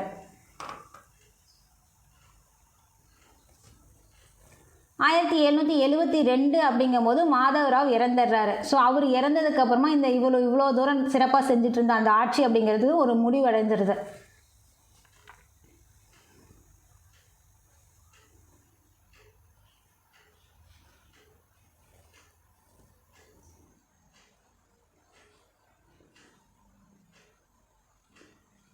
ஆயிரத்தி 1772 அப்படிங்கும்போது மாதவராவ் திடீர்னு இறந்துடுறாரு. ஸோ அவரது சிறப்புமிக்க ஆட்சியும் வந்து அதோட முடிஞ்சிருது, முற்றுப்புள்ளி வைக்கப்படுது. முதலாவது மாதவராவுக்கு வந்து வாரிசு இல்லை. முதலாம் மாதவராவ் வரைக்குமே வரிசையாக பாலாஜி விஸ்வநாத்லேருந்து வரிசையாக வராங்க, வாரிசோடு வராங்க. பட் முதலாம் மாதவராவுக்கு வந்து வாரிசு கிடையாது. அதனால் அவரோட இளைய சகோதரராக இருக்கக்கூடிய நாராயண ராவ் வந்து 1772 இவர் இறந்ததுக்கப்புறமா, மாதவராவ் இறந்ததுக்கப்புறமா இளைய சகோதரர் நாராயண ராவ் வந்து பொறுப்பேற்கிறாரு, பேஷ்வாவாக பொறுப்பேற்கிறாரு. ஆனாலும் பார்த்தீங்க அப்படின்னா அவர் அடுத்த ஆண்டு 73 பார்த்தீங்கன்னா படுகொலை செய்யப்பட்டிருப்பார். 73 அவர் நாராயணராவ் வந்து படுகொலை செய்யப்பட்டிருப்பார். ஒரு ஆண்டு கூட பேஷ்வாவாக இல்லை. ஸோ இவருக்கு அடுத்தது பார்த்தீங்க அப்படின்னா அவருக்கு புதிதாக பிறந்த நாராயண அவருக்காலேயே மாதவரோட இளைய சகோதரர், அவருக்கு பிறந்த மகன் சவாய் மாதவராவ்னு சொல்லலாம், அல்லது 2ஆம் மாதவராவ்னு சொல்லலாம். இவர் வந்து பிறந்து 40 நாட்கள் ஆன நிலையிலேயே பேஷ்வா ஆகியிருப்பார். நாராயண ராவோட மகன் தான் வந்து சவாய் மாதவராவ், அப்படி இல்லாட்டி 2ஆம் மாதவராவ்னு சொல்லலாம். ஸோ இவர் அப்பா தந்தை இறக்கும் போது இவர் 40 நாள் குழந்தை தான். ஸோ அந்த 40 நாள் குழந்தையே வந்து பார்த்தீங்க அப்படின்னா பேஷ்வாவாக ஆக்கப்படுறாரு. 2ஆம் மாதவராவோட மரணத்துக்கு பின்னாடி, அதாவது இந்த குழந்தை மரணத்துக்கு அப்புறமா ரகுநாத் ராவோட மகன் 2ஆம் பாஜிராவ் வந்து பதவியை ஏற்கிறாரு. 2ஆம் பாஜிராவ் தான் கடைசி பேஷ்வான்னு சொல்லப்படுறாரு. இந்த ரகுநாத் ராவ் யார் அப்படின்னா முன்னாள் பேஷ்வாவாக இருக்கக்கூடிய, அதாவது முதலாவது மாதவராவோட மாமான்னு சொல்லப்படுறாரு.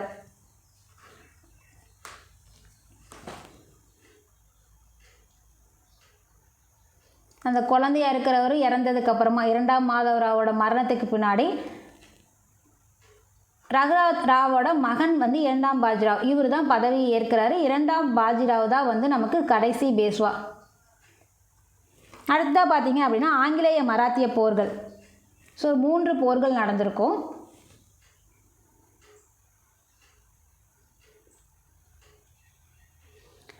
முதலாவது ஆங்கிலேய மராத்திய போர் எப்போ நடந்தது அப்படின்னா 1775 82 வரைக்கும் நடக்குது.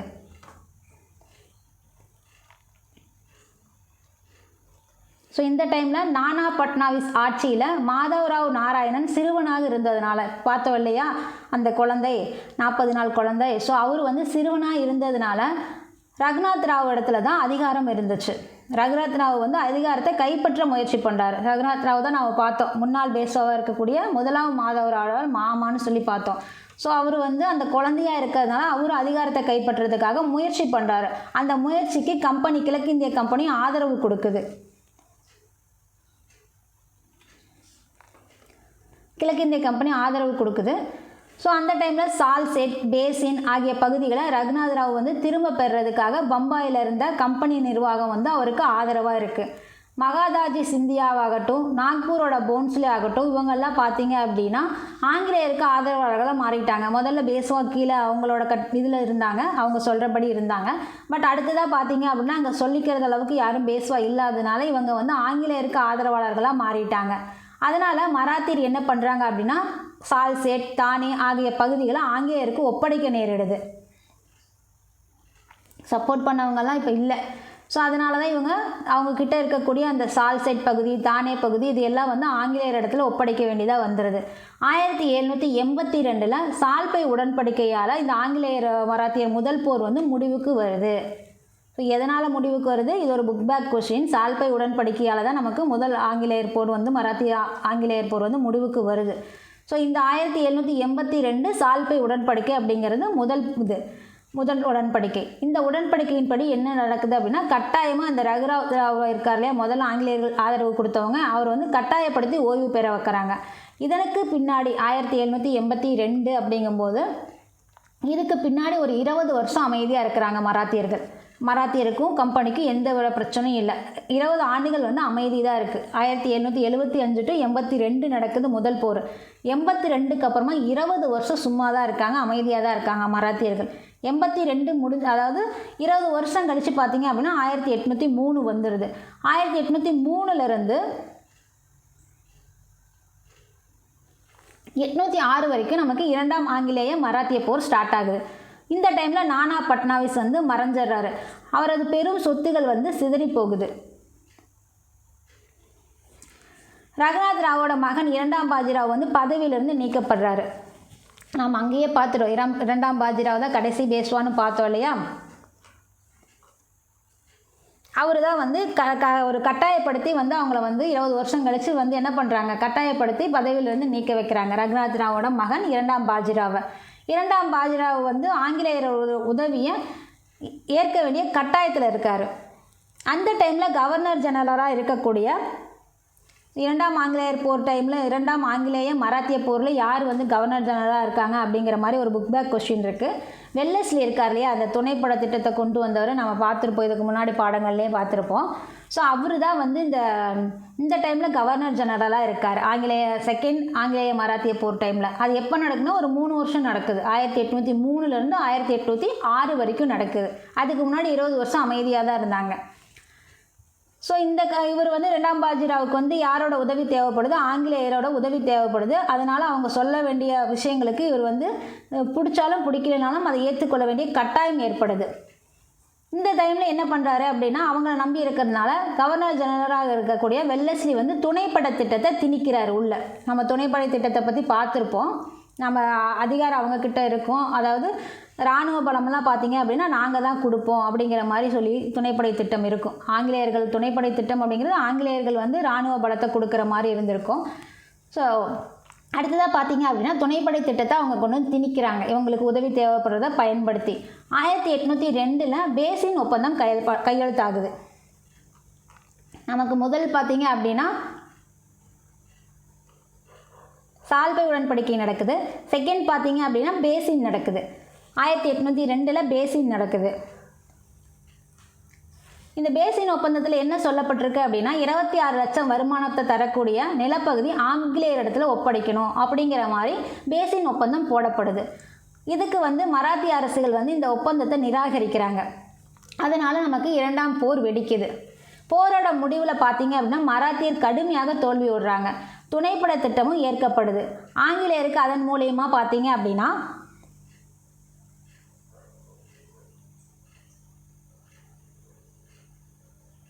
துணைப்படை திட்டம் ஏற்கப்படுது. பிடிச்சாலும் பிடிக்கலினாலும் அவங்க தோல்வி உற்றாச்சு, எதிர்த்தாச்சு, தோல்வியும் உற்றாச்சு. அதனால் என்ன நடக்குது, துணைப்படை திட்டம் ஏற்கப்பட்டது. அதனால் ஆங்கிலேயர்களுக்கு பார்த்தீங்க அப்படின்னா தோ ஆஃப் ஆற்றடை பகுதி, அகமது நகர், புரோஜ் போன்ற மலைப்பகுதிகள் எல்லாம் கிடைக்குது. 26 லட்சம் வருமானம் ஈட்டக்கூடிய நிலப்பகுதின்னு சொல்லுது. அதில் இவங்களுக்கு இந்த பகுதிகள்லாம் கிடைக்குது. அடுத்ததாக பார்த்தீங்க அப்படின்னா மூன்றாம் ஆங்கிலேய போர் ஸ்டார்ட் ஆகுது. 806க்கு அப்புறமா 803 to 806 செகண்ட் ஆங்கிலேய மராத்திய போர். தேர்டு பார்த்தீங்க அப்படின்னா 1817 to 18 இது ஒரு வருஷம் நடக்குது. ஸோ அந்த டைமில் பார்த்தீங்க அப்படின்னா பரோடாவோட ஆட்சியாளர் அல்லது கெய்க்வாட்டோட அமைச்சர்னு சொல்லலாம் கங்காதர் சாஸ்திரி. இவரை வந்து திரிபங்ஜியால் வந்து கங்காதர சாஸ்திரியை வந்து யார் கொலை செய்கிறாங்க அப்படின்னா திரிபங்ஜியால் கொலை பண்ணுறாரு. திரிபங்ஜி அப்படிங்கிறவர் இரண்டாம் பேஷ்வா இருக்கார் இல்லையா, பேஷ்வா இரண்டாம் பாஜிராவோட நெருங்கியவராக இருக்கார் திரிபங்ஜி. இதுக்கு முன்னாடியே நம்ம பார்த்துருப்போம், இஷ்டமான தளபதினு பார்த்துருப்போம் மேலே. ஸோ இதனால் பாஜிராவ் வந்து ஆங்கிலேயருக்கு எதிராக மாறிடுறாரு. கங்காதர் சாஸ்திரியை இவர் திரிபங்ஜி கொன்றுறாரு. கொன்றதுனால என்ன ஆகுது அப்படின்னா இவர் இரண்டாம் பாஜிராவ் வந்து ஆங்கிலேயருக்கு எதிராக மாறிடுறாரு. ஸோ இந்த டைமில் இந்த கொலை பண்ண இருக்கிறார் இல்லையா திரிபங்ஜி, இவரை வந்து மவுண்ட் ஸ்டூவர்ட் எல்பின்ஸ்டோன் இவரோட வற்புறுத்தலின் பேரில் வந்து சிறையில் அடைக்கப்படுறாரு. திரிபங்ஜி. ஸோ இவர் வந்து இவரோட எல்பின்ஸ்டோனோட வற்புறுத்தலால் தான் வந்து சிறையில் அடைக்கப்படுறாரு. சிறையில் இருக்கிறவரை பாஜிராவோட உதவியால் தப்பிச்சு வெளியே வராரு. இதனால் ஆங்கிலேயருக்கு எதிராக பார்த்தீங்க அப்படின்னா சிந்தியா, போன்ஸ்லே, ஹோல்கர் ஆகியோரோட சேர்ந்து சதித்திட்டம் தீட்டுறதா பேஷ்வா மேலே குற்றம் சாட்டப்படுது. இரண்டாம் பாஜிராவ் இருக்கார் இல்லையா, அவர் தான் இவரை வந்து தப்பிக்க வைக்கிறார். இவரோட நெருங்கியவர் தளபதி, மிகவும் விருப்பமான தளபதி. ஸோ அவரை தப்பிக்க வைக்கிறதுனால இவர் வந்து ஆங்கிலேயர் வந்து குற்றச்சாட்டு வைக்கிறாங்க. என்னென்னு ஆங்கிலேயருக்கு எதிராக சிந்தியா, போன்ஸ்லே, ஹோல்கர் இவங்களோட சேர்ந்து சதித்திட்டம் தீட்டுறாங்க ஆங்கிலேயருக்கு எதிராக அப்படின்னு குற்றம் சுமத்தப்பட்டு பேஷ்வா மேலே குற்றம் சுமத்தப்படுது. இதனால் 1817 பூனா ஒப்பந்தத்தில் கையெழுத்திடுறதுக்கு ஆங்கிலேயர்கள் வந்து மராத்திய ஆட்சியாளர்களை வற்புறுத்துறாங்க. 1817 பூனா ஒப்பந்தத்தின்படி கையெழுத்திடுறதுக்காக கட்டாயப்படுத்தப்படுறாங்க. ஸோ ஒப்பந்தப்படி பார்த்தீங்க அப்படின்னா பேஷ்வா மராத்திய கூட்டமைப்பு தலைமையிலிருந்தே விலகணும் அப்படிங்கிறது. அதன்படி விலகிட்டார். அது போக கொங்கண பகுதியும் ஆங்கிலேயர் கையில் ஒப்படைக்கப்படுது. கெய்க்வாருக்கு சுதந்திரம் அங்கீகரிக்கப்படுது. கெய்க்வாரோட அரசரை தான் கொண்டுட்டார். ஸோ இவங்க ஆங்கிலேயர்கள் கையில் இவங்க மாட்டினதுனால கெய்க்வாருக்கு சுதந்திரம் கிடைக்கிது. அவமானத்தை சகிக்க முடியாத பாஜிராவ் பார்த்தீங்க அப்படின்னா பூனாவோட அரச குடியிருப்பில் தீ வைக்கிறாரு. பூனாவுக்கு உடனடியாக விரைந்து வந்த ஜெனரல் ஸ்மித் வந்து பூனாவை கைப்பற்றி ப்ளஸ் அதோட சதாராவையும் சேர்த்து கைப்பற்றிடுறாரு.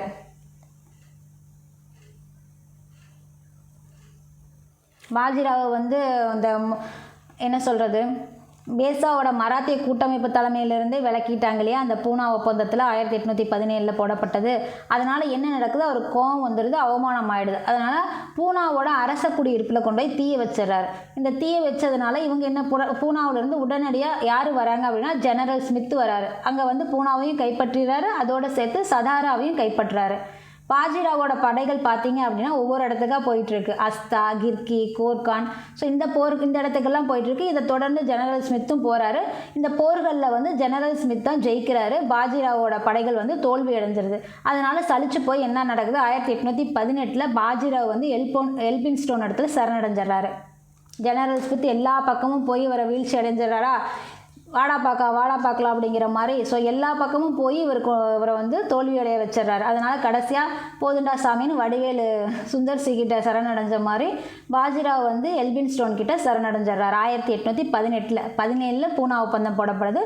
ஒரு வருஷம் அங்கே இங்கே ஓடி பார்க்குறாரு, ஒன்றும் நடக்கலை. கடைசியில் அவரே போய் சரணடைஞ்சிடறாரு 18. ஸோ இது எப்படி சொல்லலாம் அப்படின்னா இதுதான் மராத்திய அரசியலோட ஆதிக்கத்துக்கு முற்றிலுமாக முடிவுக்கு வந்துருச்சு அப்படின்னு சொல்லப்படுது.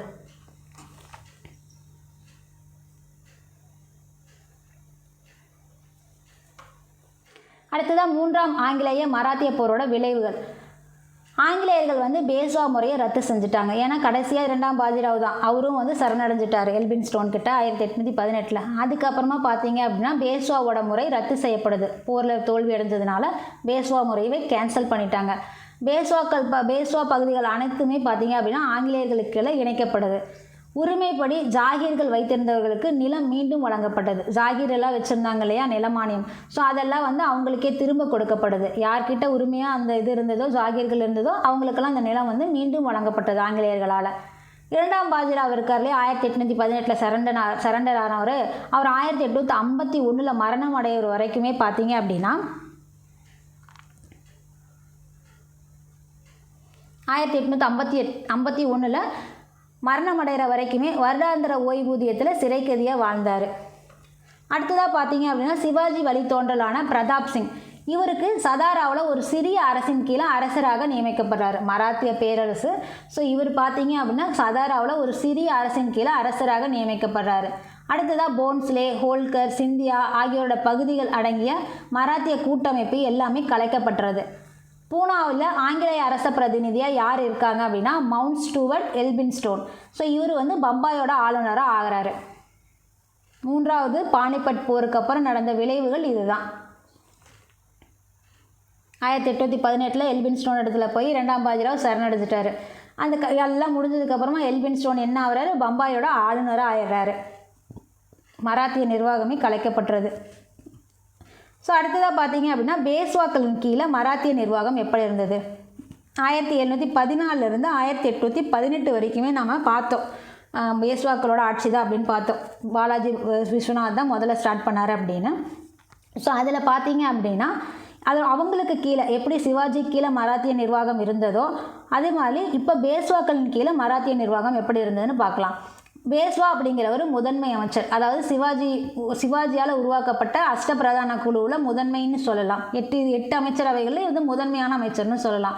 ஆரம்பத்தில் பேஷ்வா பதவி அப்படிங்கிறது வாரிசு முறையிலலாம் இல்லை. வாரிசு முறையில் இவங்க இருந்தால் இவங்க அப்பா இறந்தால் மகன், மகன் இறந்தால் பேரன், இந்த மாதிரியெல்லாம் எதுவுமே கிடையாது. பின்னாடி அதிகாரம் அதிகரிச்சிருச்சு, மன்னரோட அதிகாரம் குறைஞ்சிருச்சு, இவங்களோட அதிகாரம் அதிகமாகிடுச்சு. அதனால் பேஷ்வா பதவி அப்படிங்கிறது மரபு வழியாக மாற ஆரம்பிச்சிருச்சு. பாலாஜி விஸ்வநாத் 1813 to 20 இருந்தார் பேஷ்வாவா. ஸோ அவரோட புத்தி கூர்மை மற்றும் திறமையால் தான் பேஷ்வாவோட பதவி அப்படிங்கிறது மிக முக்கியமானதாக மாறப்படுது. அதே மாதிரி அதை மரபு வழி அப்படிங்கிறத அவர் தான் கொண்டுட்டு வர்றார், அந்த முறையை வந்து நிலைநாட்டுறாரு.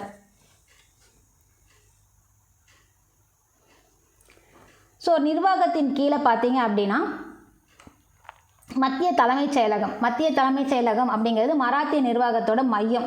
பூனாவில் இருக்கக்கூடிய பேஷ்வாவோட தலைமை செயலகம்னு சொல்லப்படுது. மராத்திய நிர்வாகத்தின் மையம் பூனாவில் உள்ள பேஷ்வாவோட தலைமை செயலகம் தான்.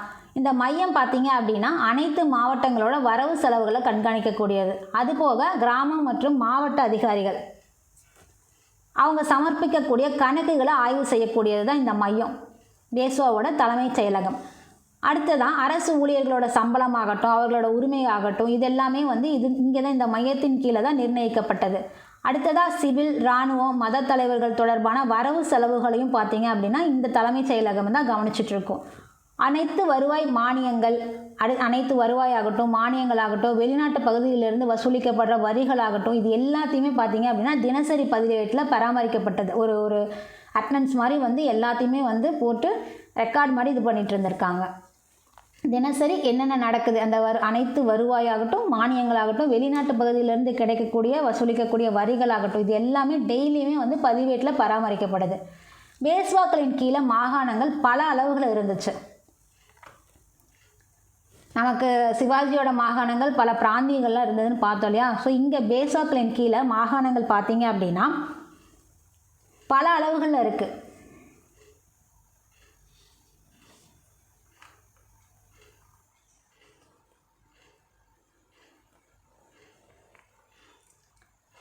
பெரிய மாகாணங்களில் என்னென்னு சொல்லலாம் அப்படின்னு, பெரிய மாகாணங்கள் பார்த்தீங்க அப்படின்னா சர் சுபாஸ்தார் மாகாண ஆளுநர்னு சொல்லக்கூடியவர் தான் சர் சுபாஸ்தார்.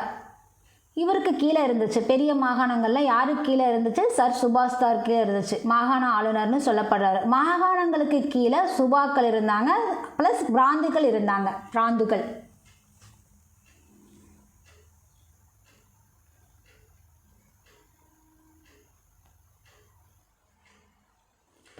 இருந்தாங்க.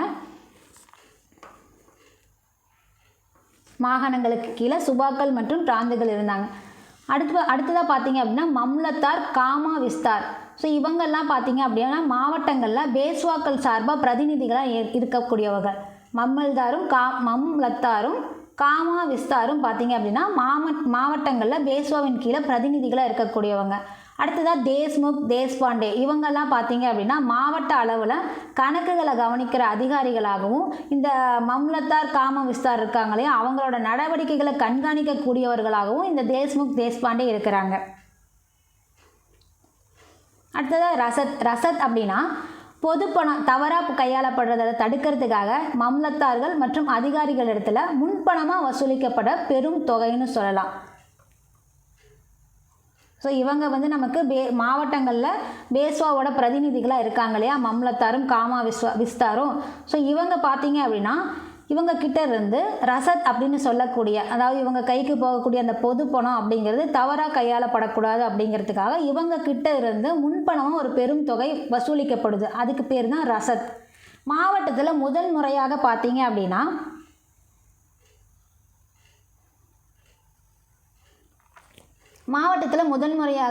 நியமனம் பெற்ற இவங்க அந்த பணம் எப்போ வசூல் பண்ணுறாங்க அப்படின்னா மாவட்டத்தில் முதல் முறையாக நியமனம் பெற்ற உடனே ரசத் கட்டணம் வந்து செலுத்த வேண்டி இருந்துச்சு. இந்த மம்லத்தார் ஆகட்டும் அதிகாரிகள் ஆகட்டும் ரசத் கட்டணத்தை முதல் முறையாக நியமனம் பண்ணுறாங்க இல்லையா, அப்பாயின்மெண்ட் கிடைக்கிது இல்லையா மாவட்டத்துக்கு, அப்பயே வந்து அதை செலுத்த வேண்டியது இருந்துச்சு.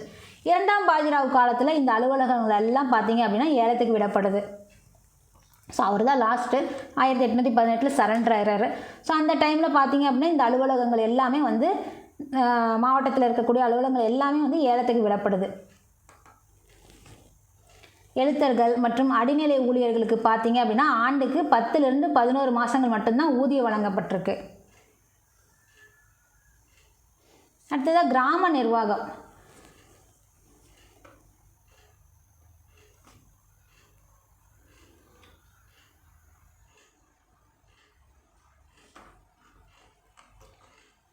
ஸோ கிராம நிர்வாகத்தோட அடிப்படை பிரிவாக வந்து கிராமம் தான் இருக்குது. இது பார்த்திங்க அப்படின்னா தன்னிறைவும் சுயசார்பும் உடையதாக இருந்தது. பட்டேல் தலைமையில் கிராம அதிகாரியாக விளங்கினாங்க. பட்டேல் தலைமையில் கிராம அதிகாரியாக விளங்கினார். அவர் அரசின் வருவாயை மத்திய அரசுக்கு அனுப்பும் பொறுப்பை ஏற்றிருந்தார்.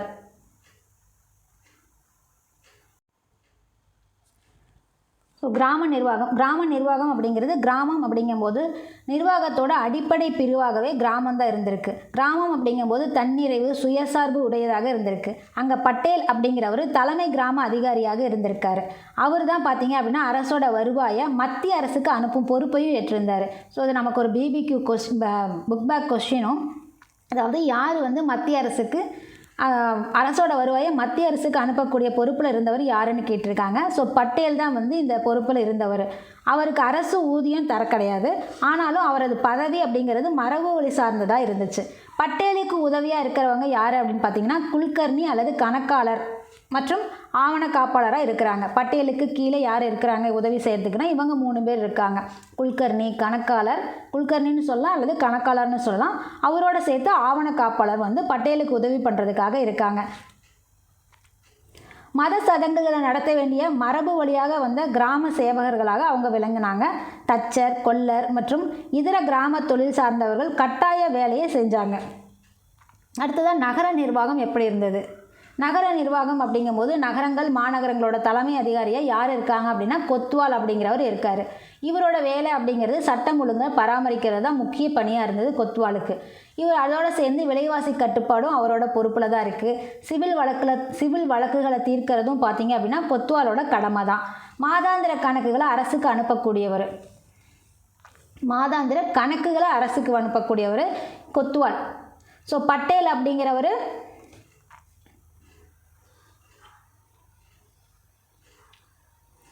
அரசோட வருவாயை மத்திய அரசுக்கு அனுப்பக்கூடியவர் பட்டேல்.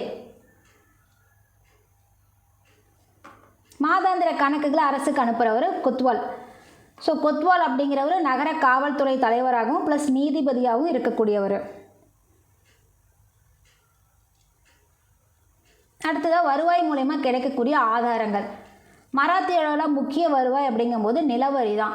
சிவாஜி காலத்தில் இருந்த விவசாய உற்பத்தி பொருள்களை பகிர்ந்து கொள்ளக்கூடிய நடைமுறையை பேஸ்வாக்கள் வந்து கைவிட்டுட்டாங்க. விவசாய உற்பத்தி பொருளை வந்து பகிர்ந்துக்குவாங்க சிவாஜி காலத்தில் வருவாயோட ஆதாரங்களில். இதில் பார்த்தீங்க அப்படின்னா பேஸ்வாக்கள் அதை வந்து கைவிட்டுட்டாங்க. நிலவரி அப்படிங்கிறது எந்த மாதிரி இருந்துச்சு அப்படின்னா குத்தகை நடைமுறையில் இருந்தது. அதன் மூலயமா தான் வசூலிக்க ஆரம்பித்தாங்க. எப்படி அந்த நிலத்தை கொடுக்குறாங்க அப்படின்னா அரசுக்கு ஆண்டுதோறும் ஒரு குறிப்பிட்ட தொகை அப்படிங்கிற வகையில் கொடுக்கணும்னு சொல்லி தான் நிலத்தை கொடுக்குறாங்க. நிலத்தின் உற்பத்தி திறன் அடிப்படையில் தான் வரி அப்படிங்கிறது நிர்ணயம் செய்யப்படுது. அது போக நமக்கு இவங்களுக்கு அதாவது காடுகளில் இருந்தும் வருவாய் கிடைக்குது. வருவாய் ஆதாரங்களில் நிலம் மட்டும் இல்லை, காடுகளில் இருந்தும் வருவாய் கிடைக்குது.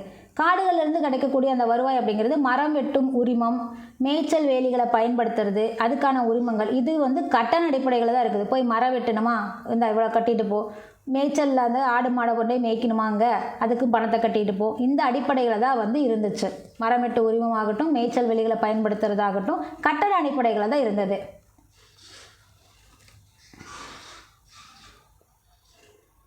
அடுத்ததாக புல், மூங்கில், எரிபொருள், தேன் போன்றவற்றின் விற்பனை மூலமாகவும் அரசுக்கு வருவாய் கிடைச்சிச்சு. அடுத்ததாக பார்த்தீங்க அப்படின்னா பயிர் வகை. பயிர் வகை, நீர்ப்பாசன வசதி, நில உற்பத்தி திறன், இதன் அடிப்படையிலும் வருவாய் வந்து மதிப்பீடு செய்யப்பட்டது. நில வகைப்பாடு அப்படிங்கிறது 3 வகையாக இருந்தது. கிராம மக்கள் அப்படிங்கிறவங்க பூர்வ குடிகளாக இருந்தாங்க. காடுகள் வந்து அவர்களிடத்துல இருந்துச்சு. அவர்களோட வசந்தான் காடுகளே இருந்தது. கிராமத்தில் இருக்கக்கூடிய மக்கள் பூர்வ குடிகளாக இருக்காங்க. தொடர்ந்து தாத்தா அப்படியே மரபு வழியாக இருந்துக்கிட்டே இருக்கிறவங்க. அவங்கக்கிட்ட காடுகள் வந்து அவங்க வசத்தில் தான் இருக்குது. கிராம மக்கள் வந்து உரிமைகள் யார் மூலயமா, அதாவது கிராம மக்களோட உரிமைகள் அப்படிங்கிறது பட்டேல் மூலம் மட்டும்தான் உயர் நிர்வாகத்திடத்தில் எடுத்துரைக்கப்பட்டது.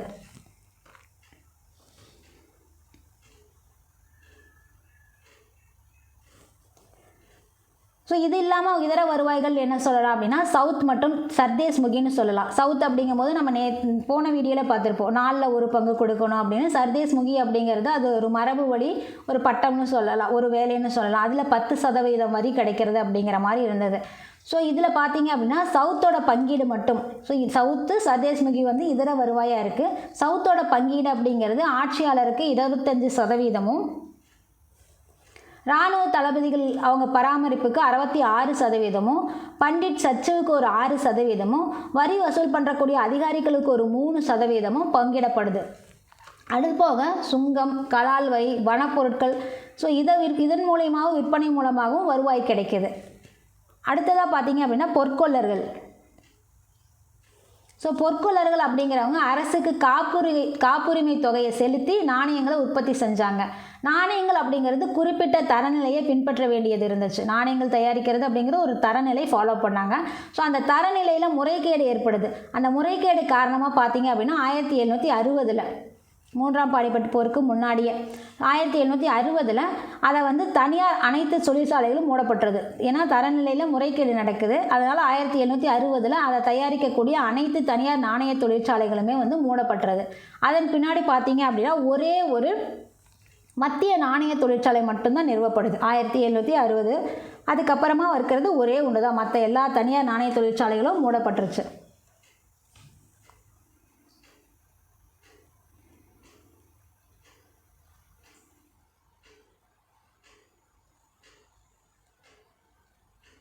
இது இல்லாமல் நமக்கு வேறு சில வரிகள் இருக்குது.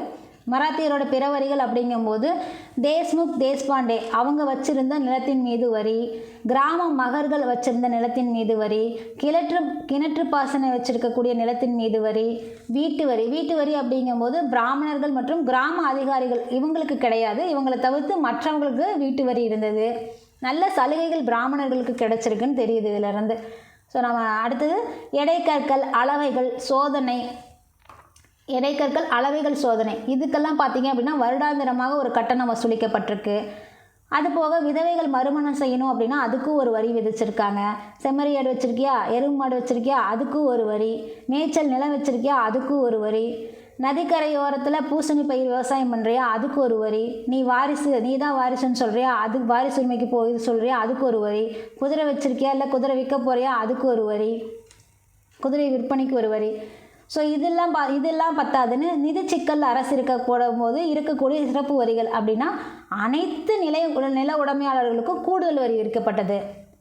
வரி செலுத்துபவரிடம் பார்த்தீங்க அப்படின்னா ஒரு வருட வருமானத்துக்கு சமமான வரியாக வரி செலுத்துகிறாங்க இல்லையா, அவங்களுக்கு ஒரு வருடம் வருமானம் எவ்வளவோ அதுக்கு சமமான வரியாக குர்ஜாப்பட்டி அல்லது தஸ்திப்பட்டி வசூலிக்கப்பட்டிருக்கு.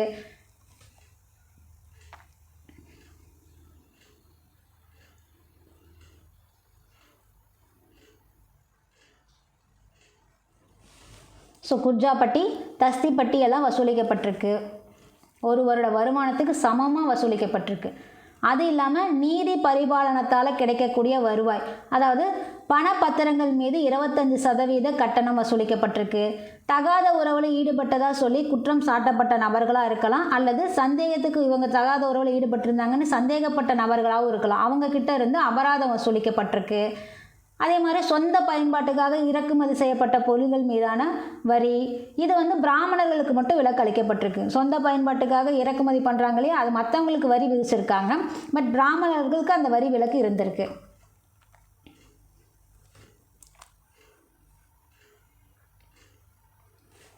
அடுத்தது காவல்துறை கட்டமைப்பு. காவல்துறை கட்டமைப்பு அப்படிங்கும்போது மகர்கள் அப்படிங்கிறவங்க தான் ஒவ்வொரு கிராமத்துலேயும் காவலாளர்களாக பணியாற்றியிருக்காங்க. அதே டைமில் குற்றங்கள் அதிகரிச்சது அப்படின்னா அரசு கிராமங்களுக்கு ஆயுதத்தை கொண்ட காலாட்படை அனுப்பி சட்டம் ஒழுங்கை பராமரிச்சுட்டு இருந்திருக்காங்க. காவலாளர்களாக மகர்கள் இருந்திருந்தாலும் குற்றம் அதிகரிக்கும் போது என்ன பண்ணுறது, ஆயுதத்தை கொடுத்துட்டு காலாட்படைக்கிட்ட போய் அங்கே போய் பாதுகாத்துக்கோங்க அப்படின்னு சொல்லி விட்டுருக்காங்க அரசு. ஆயுதப்படை பராமரிப்பு செலவுக்காக கூடுதலாக வீட்டு வரி வசூலிக்கப்பட்டிருக்கு. 2ஆம் பாஜிராவ் இருக்கார் இல்லையா, அவர் பார்த்தீங்க அப்படின்னா குற்றவாளிகளை பறிமுதல் செய்கிறதுக்காக கூடுதல் காவல்துறை அதிகாரிகளையும் நியமிக்கிறாரு. நகரங்களில் கொத்தவால் அப்படிங்கிறவங்க நீதி மற்றும் காவல்துறை அதிகாரங்களில் வழங்கப்பட்டிருந்தது. நகரங்களில் கொத்தவாலுக்கு நீதி மற்றும் காவல்துறை அதிகாரங்கள் வழங்கப்பட்டிருக்கு.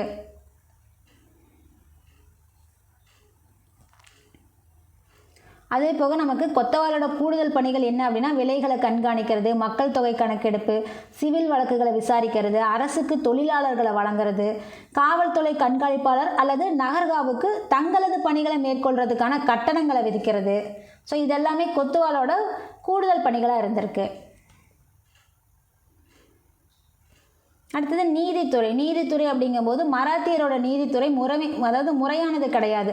குறிப்பிட்ட சட்டமோ நடைமுறைகளோ எதுவுமே இல்லை அவங்களுக்கு. மராத்தியருக்கு அவங்களோட முதன்மையான விஷயம் என்னென்னா சமரச பேச்சுவார்த்தை, பேசுப்பா சமாதானம் ஆகிக்கலாம், அந்த மாதிரி பேசியே தீர்த்துக்கலாம் அப்படிங்கிற மாதிரி சமரச பேச்சுவார்த்தைக்கு தான் முதன்மையான இடம் கொடுத்தாங்க. அது சமரசம் வரல அப்படின்னா, அது தோல்வி அடைஞ்சிருச்சு அப்படின்னா கிராமத்தில் பார்த்தீங்க அப்படின்னா பட்டேலும், நகரங்களில் பார்த்தீங்க அப்படின்னா வர்த்தகர்களோட பஞ்சாயத்தும் தான் தீர்ப்பளிச்சிட்டு இருந்தாங்க. நீதித்துறை இப்படி தான் செயல்பட்டு இருந்தது மராத்தியரில். பஞ்சாயத்து அப்படிங்கிறது மிகவும் சக்தி வாய்ந்த நிறுவனமாக இருந்தது. மறு விசாரணை நடைபெறக்கூடிய வாய்ப்பு இருந்துச்சு. அப்பீல் பண்ணுறது இல்லையா, மேல் அப்பீல் பண்ணுறோன்னு சொல்கிறோம், அதுக்கும் வாய்ப்பு இருந்தது. மேல்முறையீடு யார்கிட்ட போகுது அப்படின்னா, மேல்முறையீடு அப்படிங்கிறது மம்லத்கார்கிட்ட போகுது. கிரிமினல் வழக்குகளில் விசாரிக்கிறதுக்கு படிநிலை நீதித்துறை நடைமுறையில் இருந்திருக்கு. படிநிலை அப்படின்னா என்ன அப்படின்னா, குற்ற வழக்கு சிறிய அதிகாரியில் தொடங்கி அப்படியே மேலான அதிகாரிகிட்ட போய் இறுதியாக அது ராஜா கிட்ட, சத்ரபதி கிட்ட போகும். அதுதான் கிரிமினல் வழக்குகளில் படிநிலை நீதித்துறை நடைமுறையில் இருந்திருக்கு. ஒரே விசாரித்து ஒரே தண்டனை கொடுக்கறது இல்லை. அடுத்தது படிநிலை, ஒவ்வொரு நிலையில் இருக்கக்கூடிய மேலே இருக்கக்கூடியவங்க கிட்ட அந்த கேஸ் போகும். ஸோ உச்ச அதிகாரம் நம்ம ராஜா கிட்ட தான், சத்ரபதி கிட்ட தான். சத்ரபதி கீழே யார் இருப்பாங்க அப்படின்னா பேஷ்வா இருப்பாங்க, துணை சுபாதார் இருப்பாங்க, பட்டேல் இருப்பாங்க, மம்லத்தார் இருப்பாங்க. ஸோ இவங்கெல்லாம் சத்ரபதிக்கு கீழே இருக்கிறவங்க. இந்த தண்டனை தப்பு செஞ்சாங்க அப்படின்னா அந்த தப்பை ஒத்துக்கிறதுக்காக சாட்டையடி, துன்புறுத்துறது போன்ற கொடுமையான முறைகள் எல்லாம் பயன்படுத்தப்பட்டிருக்கு. அடுத்ததாக இராணுவம் அப்படிங்கிறது பேஷ்வாக்களோட இராணுவ அமைப்பு முகலாய இராணுவ அமைப்பு மாதிரி தான் இருந்தது. ஆட்சேர்ப்பு, ஊதியம் வழங்குறது, படை வீரர்களோட குடும்பங்களுக்கு உணவுப் பொருட்களை வழங்குறது, குதிரைப்படைக்கு கொடுக்கப்பட்ட முக்கியத்துவம், இது எல்லாமே பார்த்தீங்க அப்படின்னா முகலாய முறையில் இருந்தது. அதையே தான் இவங்களும் ஃபாலோ பண்ணியிருக்காங்க மராத்தியர்களும். சிவாஜி பின்பற்றின முக்கிய இராணுவ அம்சங்களை பேஷ்வாக்கள் பின்பற்றலை. அதாவது படை வீரர்கள் மராத்திய பகுதியிலிருந்து மட்டும்தான் எடுத்திருப்பார். இவங்க பார்த்தீங்க அப்படின்னா அதை ஃபாலோ பண்ணலை. இவங்க என்ன பண்ணிட்டாங்க அப்படின்னா நாட்டோட அனைத்து பகுதிகளிலிருந்து தேர்வு செஞ்சாங்க படை வீரர்களை. பழங்குடியினர் உட்பட அராபியர், அபிசீனியர், ரஜ்புத்திரர், சீக்கியர் ஆகியோரும் சேர்க்கப்பட்டாங்க இந்த இதில் இராணுவத்தில். பழைய தலைவர்கள் இருந்திருப்பாங்களே, அவர்களோட படை வீரர்களுமே இராணுவத்தில் இடம்பெற்றிருப்பாங்க.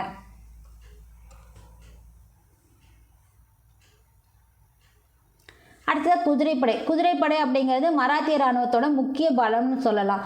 ஒவ்வொரு ஜாகீர்தாரும் இருக்காங்க இல்லையா, அவங்க எல்லாம் என்ன பண்ணணும் அப்படின்னா வருஷம் ஆண்டுதோறுமே பார்த்தீங்க அப்படின்னா குறிப்பிட்ட எண்ணிக்கையிலான குதிரைப்படை வீரர்களை வழங்கணும் இராணுவம்.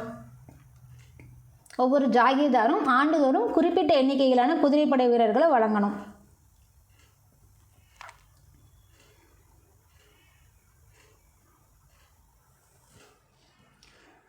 ஸோ குதிரைகளோட தரத்தை அடிப்படையாக கொண்டு தான் குதிரைப்படை வீரர்கள் 3 வகைகளாக பிரிக்கப்பட்டிருப்பாங்க. அடுத்ததாக காலாட்படையும் ஆயுதப்படையும். குதிரைப்படை முடிஞ்சது. அடுத்தது பார்த்திங்க அப்படின்னா காலாட்படையும் ஆயுதப்படையும். குதிரைப்படைகளை சேவை புரியறதுக்காக மராத்தியர் வந்து அதிக அளவில் ஆர்வம் காட்டினாங்க. காலாட்படை ஆட்சேர்ப்பு அப்படிங்கிறது நாட்டோட பிற பகுதிகளில் இருந்தும் செய்யப்பட்டது. மராத்தியோட காலாட்படையில் இருந்த அராபியராகட்டும், ரோஹில்லாக்களாகட்டும், சீக்கியர்களாகட்டும், சிந்திகளாகட்டும், இவங்க எல்லாருமே பார்த்திங்க அப்படின்னா மராத்திய வீரர்களை விட அதிக அளவில் ஊதியம் பெற்றவர்களாக தான் இருந்தாங்க. ஆயுதப்படை அப்படிங்கும்போது போர்ச்சுகீசியர், இந்திய கிறிஸ்தவர்கள், பின்னர் ஆங்கிலேயர்களும் ஆயுதப்படையில் இடம்பெற்றிருந்தாங்க. ஸோ கடற்படை, பேஷ்வாக்கள் கீழே கடற்படை. மராத்திய துறைமுகங்களை பாதுகாக்கிறதுக்காக கடற்படை அப்படிங்கிறது உருவாக்கப்பட்டுச்சு. கடற்படையோட பணிகள் அப்படின்னா என்னன்னு சொல்லலாம், கடற்கொலையை கட்டுப்படுத்துறது, கப்பல் போக்குவரத்தோட சுங்க வரிகளை வசூலிக்கிறது, இதெல்லாமே வந்து கடற்படையோட பணிகளாக இருந்தது. பாலாஜி விஸ்வநாத் இருக்கார் இல்லையா, முதல் பேஷ்வா, இவர் பார்த்தீங்க அப்படின்னா கொங்கணம், கண்டேரி, விஜயதுர்க் ஆகிய இடங்களில் கடற்படை தளங்களை கட்டுறாரு. அங்கே பார்த்தீங்க அப்படின்னா கப்பல் கட்டுறதுக்கும் அதை சீர் செய்யறதுக்கு உண்டான வசதிகளும் மேம்படுத்தப்படுது. ஸோ அடுத்ததாக பார்த்தீங்க அப்படின்னா தமிழ்நாட்டில் மராத்தியரோட ஆட்சி. ஸோ ரொம்ப சிறப்பான ஆட்சின்னு சொல்லலாம். அதாவது இங்கே கொடுக்கறத வச்சு நம்ம சொல்கிறது.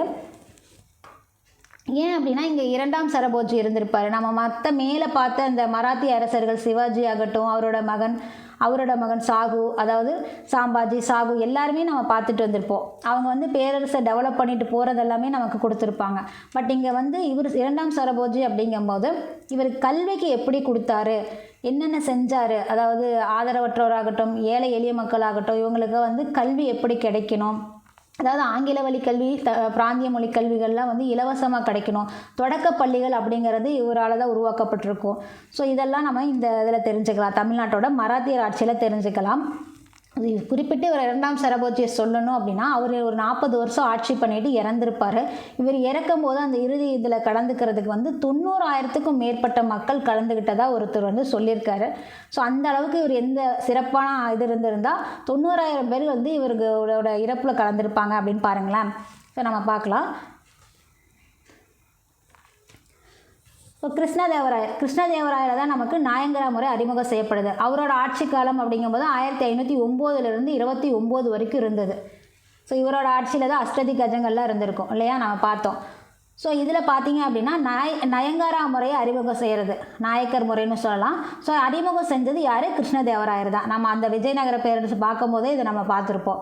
ஸோ இவர் தமிழகத்தில் இருக்கக்கூடிய செஞ்சி, தஞ்சாவூர், மதுரை, இந்த 3 மிகப்பெரிய நாயக்கர்களாக பிரிக்கப்பட்டிருக்கு. தமிழகம் பார்த்தீங்க அப்படின்னா செஞ்சி, தஞ்சாவூர், மதுரை அப்படின்னு சொல்லப்படக்கூடிய அந்த பகுதிகளெலாம் பார்த்தீங்க அப்படின்னா மிகப்பெரிய நாயங்கார்களாக பிரிக்கப்பட்டிருக்கு.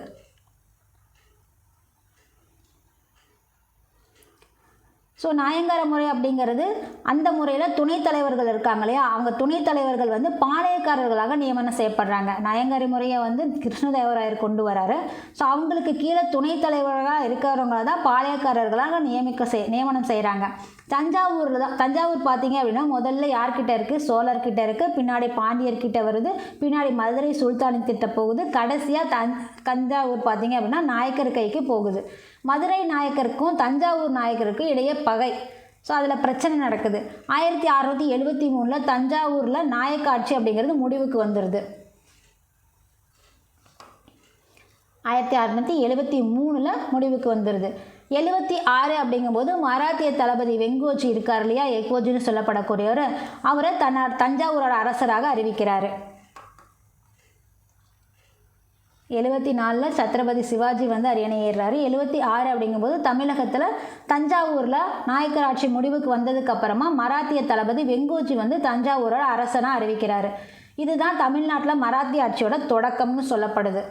76 77 பார்த்தீங்க அப்படின்னா கர்நாடகத்தின் மீது படையெடுத்த சிவாஜி தஞ்சாவூரில் இருக்கக்கூடிய வெங்கோஜியை அகற்றிட்டு சந்தாஜியை அந்த இடத்துல கொண்டு வந்து வைக்கிறார். 77 பின்னாடி மீண்டுமா வெங்கோஜி வந்து ஆட்சியை பிடிச்சிடுறாரு. வெங்கோஜி இறந்ததுக்கு அப்புறமா அவரோட மகன் சாஜி வந்து ஆட்சிக்கு வராரு.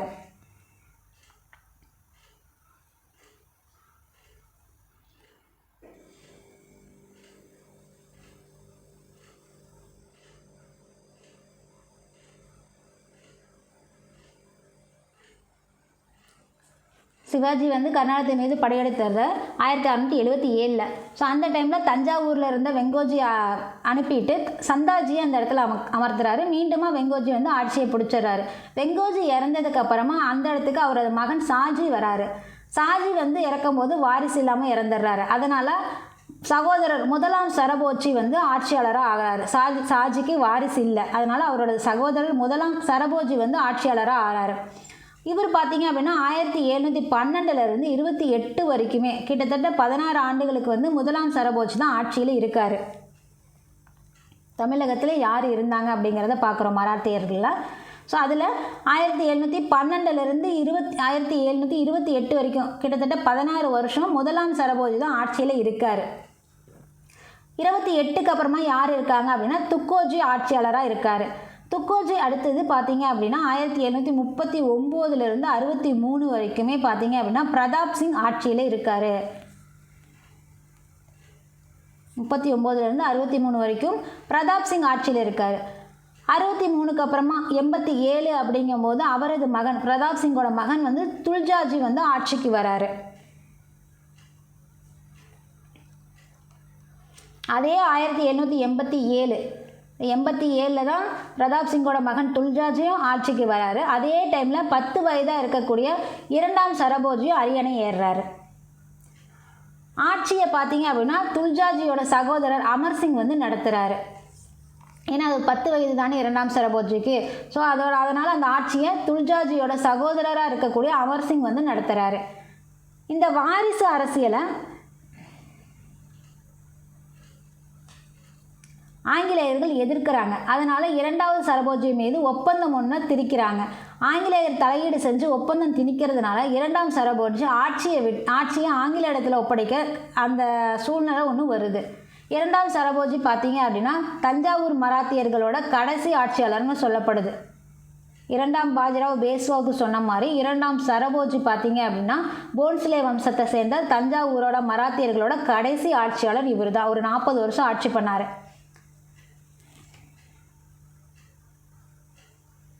இந்த செஞ்சிக்கோட்டை பற்றி இந்த இதில் கொடுத்துருப்பாங்க பாக்ஸில் பார்க்கலாம். ராஜா தேசிங் நம்ம கேள்விப்பட்டிருப்போம்.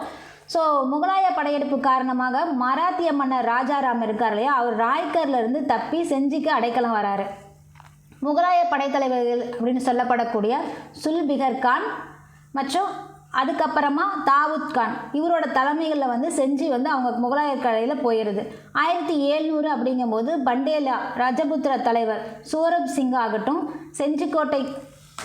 சூரப் சிங் வந்து செஞ்சிக்கோட்டையோட கோட்டை இராணுவத்தின் தலைவர்னு சொல்லப்படக்கூடிய பதவி கிலாதாரராக நியமிக்கப்படுறார். 1700 செஞ்சி வந்து முகலாயர்களோட கைக்கு போயிடுது. ஸோ போனதுக்கப்புறமா பார்த்தீங்க அப்படின்னா சுவரிப் சிங் பார்த்தீங்க அப்படின்னா பண்டேலா ரஜபுத்திர தலைவர். ஸோ இவருக்கு வந்து செஞ்சிக்கோட்டையில் கிலாதாரராக நியமிக்கப்படுறாரு.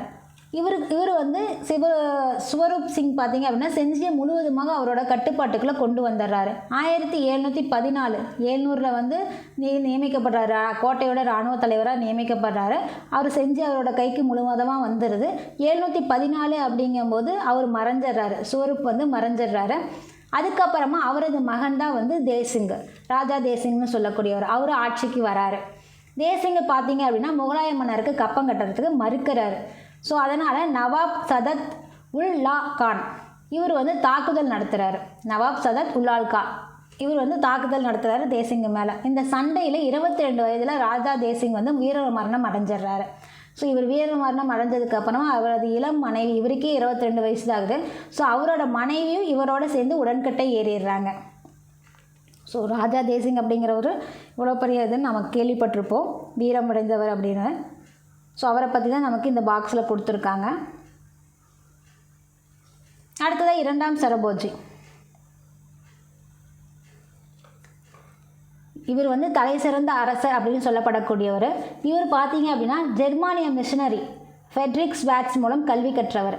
ஸோ இவர் வந்து ஜெர்மனி மிஷனரி மூலயமா கல்வி கட்டுறதுனால கிறிஸ்தவ மதத்தை தழுவிடுவாங்கோ அப்படின்னு நினச்சிட்டு இருந்தாங்க. பட் அப்படி நடக்கலை. கிறிஸ்தவ மதத்தை தழுவாமல் இந்திய பாரம்பரியத்தை பின்பற்ற ஆரம்பிக்கிறாரு. அதோடு சேர்த்து மேற்கத்திய அறிவியலாகட்டும் மருத்துவமாகட்டும் எல்லாத்துலேயுமே நிபுணத்துவம் பெற்றவராகவும் இருக்கிறார்.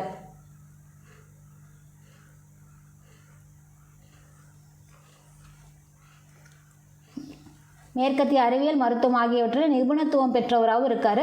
அதோட பல ஐரோப்பிய மொழிகளில் தேர்ச்சி பெற்றவராகவும் இருக்கார். பல துறைகள் சார்ந்த நூல்களோட பெரிய நூலகத்தையும் வைத்திருக்கிறாரு. அச்சகத்தை நிறுவுறவர், அதாவது முதலாவது மராத்தி மற்றும் சமஸ்கிருத அச்சகத்தை நிறுவுறவர். சரஸ்வதி மகால் நூலகத்தை மேம்படுத்துறது அவரது திட்டங்களில் ஒன்றா இருந்தது. அதுபோக நவீன பொது பள்ளிகளை நிறுவனத்துக்கும் திட்டமிடுறாரு.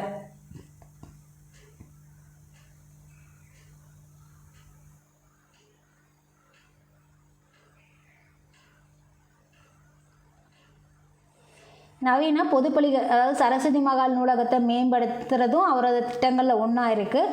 அதோடு சேர்த்து நவீன பொது பள்ளிகளை நிறுவுறதுக்கும் இவர் திட்டமிடுறாரு. ஆங்கிலம் மற்றும் பிராந்திய மொழிகளில் கல்வி இலவசமாக கற்பிக்கப்படணும் அப்படிங்கிறது இவரோட அதிநவீன திட்டத்தில் ஒன்று. அந்த டைமில் தரங்கம்பாடி சமய பரப்பக்குழுவை சேர்ந்த சிஎஸ் ஜான், இவர் பார்த்தீங்க அப்படின்னா இவரை என்ன சொல்லியிருக்காரு சரபோஜினா, கல்வித்துறையின் முன்னோடியாக மன்னர் சரபோஜி இவரை பற்றி சொல்லியிருக்காரு. பாடத்திட்டம், கல்வி பயிற்சியில் புதிய பரிசோதனைகள் மற்றும் சீர்திருத்தங்களை செய்கிறாரு ஜான் அவர்கள். அதோடு சேர்த்து உறைவிட பள்ளி முறையும் ஜான் அவர்கள் அறிமுகப்படுத்துகிறாரு. தங்கறதுக்கு ஹாஸ்டல் இருக்கு இல்லையா, ஸோ படிப்போடு சேர்ந்து தங்கறதுக்கு அந்த உறைவிட பள்ளி முறையும் அறிமுகப்படுத்துகிறாரு சிஎஸ் ஜான் அவர்கள். 1812 அப்படிங்கும்போது ஆங்கிலேய அரசுக்கு சமர்ப்பிக்கிற ஒரு திட்டத்தில் தமிழ் அண்ட் ஆங்கில வழியில் இலவச பள்ளிகளை நடத்தணும்னு கோரிக்கை வைக்கிறாங்க. அக்காலத்தில் கிறிஸ்தவர் அல்லாத மாணவர்களுக்கு ஆங்கில கல்வி அப்படிங்கிறது ஒரு கேள்விக்குறியான ஒரு விஷயந்தான். அதனால தான் 1812 ஒரு ஆங்கிலேயர்களுக்கு சமர்ப்பிக்கக்கூடிய ஒரு திட்டத்தில் தமிழ் அண்ட் ஆங்கில வழியில் இலவச பள்ளிகளை நடத்தணும்னு ஒரு கோரிக்கை வைக்கப்படுது. தாமஸ் மன்றோ 1820 சென்னையோட ஆளுநர் தாமஸ் மன்றோ தொடக்க பொது பள்ளிகளுக்கான யோசனையை முன்வைக்கிறாரு. 820 சென்னையோட ஆளுநராக இருக்கிறாரு தாமஸ் மன்றோ. அவர் வந்து தொடக்க பொது பள்ளிகளுக்கான யோசனையை முன்வைக்கிறாரு. ஆனாலும் கிழக்கிந்திய கம்பெனி 820 கொடுத்த அந்த யோசனையை 1841 வரைக்குமே பார்த்தீங்க அப்படின்னா சென்னை பகுதியில் நவீன பள்ளிகளை தொடங்கவே இல்லை. ஸோ இதுக்கு மாறாக பார்த்தீங்க அப்படின்னா ஜெர்மானிய சமய பரப்பு குழு 1707 முதல் தெற்கு மாகாணங்களில் ஆங்கில அண்ட் வட்டார மொழி பள்ளிகளை நடத்துகிறாங்க. ஜெர்மானியத்திலேருந்து வந்த சமய பரப்பு குழு இங்கே கிழக்கிந்திய கம்பெனி ஒன்றும் செய்யலை. தாமஸ் மன்றோ சொல்கிறார் 20, பட் அவங்க எதுவும் செய்யலை. ஆனால் இதுக்கு பதிலாக யார் அதை செய்கிறாங்க, 1707 யார் செய்கிறாங்கன்னா ஜெர்மானியத்திலேருந்து வந்த சமய பரப்பு குழு வந்து தெற்கு மாகாணங்களில் ஆங்கில மற்றும் வட்டார மொழி பள்ளிகளை நடத்துகிறாங்க. இரண்டாம் சரபோஜி பார்த்தீங்க அப்படின்னா 1803 தஞ்சாவூரில் கிறிஸ்தவர்கள் அல்லாத உள்ளூர் குழந்தைகளுக்காக முதலாவது நவீன பொதுப்பள்ளிகளை தொடங்குறாரு. கிறிஸ்தவர்கள் அல்லாத உள்ளூர் குழந்தைகளுக்காக, கிறிஸ்தவர்களுக்கு ஆங்கில வழி கல்வியெல்லாம் கிடைக்கிது, பட் கிறிஸ்தவர்கள் இல்லாத குழந்தைங்களுக்கு கிடைக்கிறதில்ல. அதனால் இரண்டாம் சரபோஜி 1803 பார்த்தீங்க அப்படின்னா உள்ளூர் குழந்தைகளுக்காக ஃபஸ்ட் டைமாக நவீன பொதுப்பள்ளிகளை தொடங்குறாரு.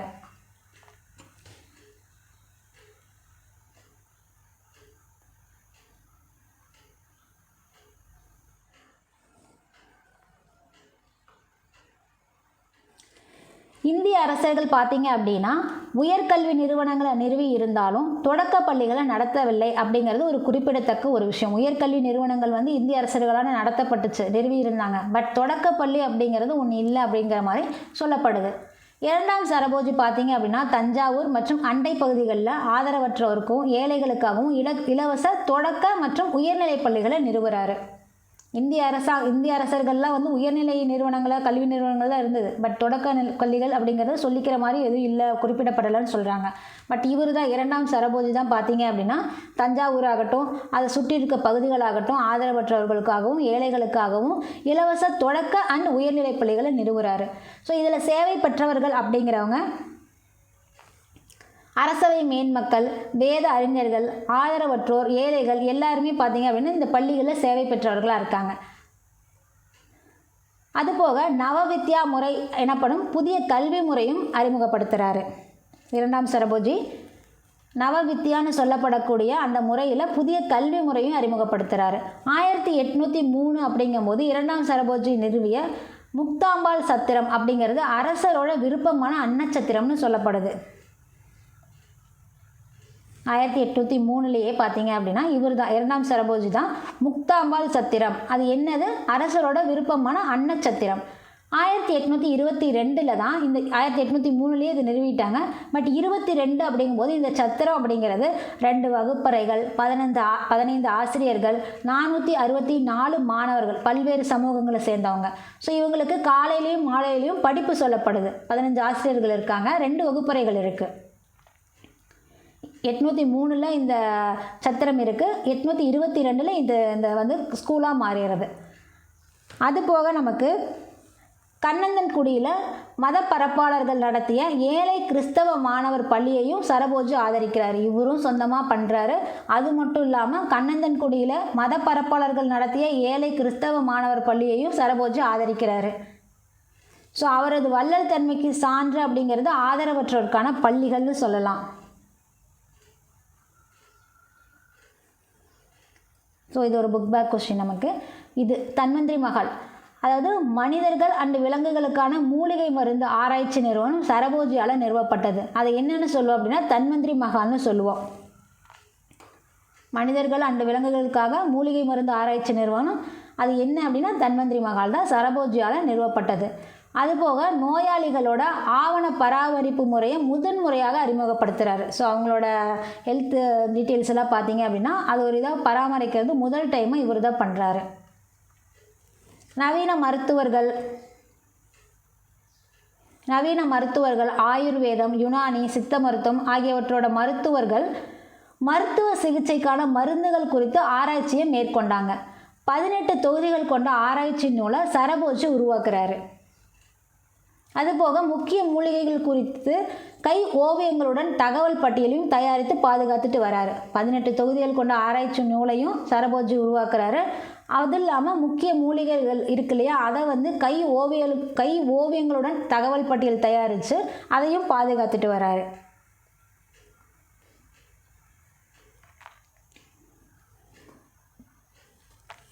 ஸோ சரபோஜியோட கல்வி முன்முயற்சிகள் தான் பார்த்தீங்க அப்படின்னா தஞ்சாவூர் மேன் மக்களை காலனியில் சமூக பொருளாதார முறைமைக்குள்ளே நுழைய செய்யுது.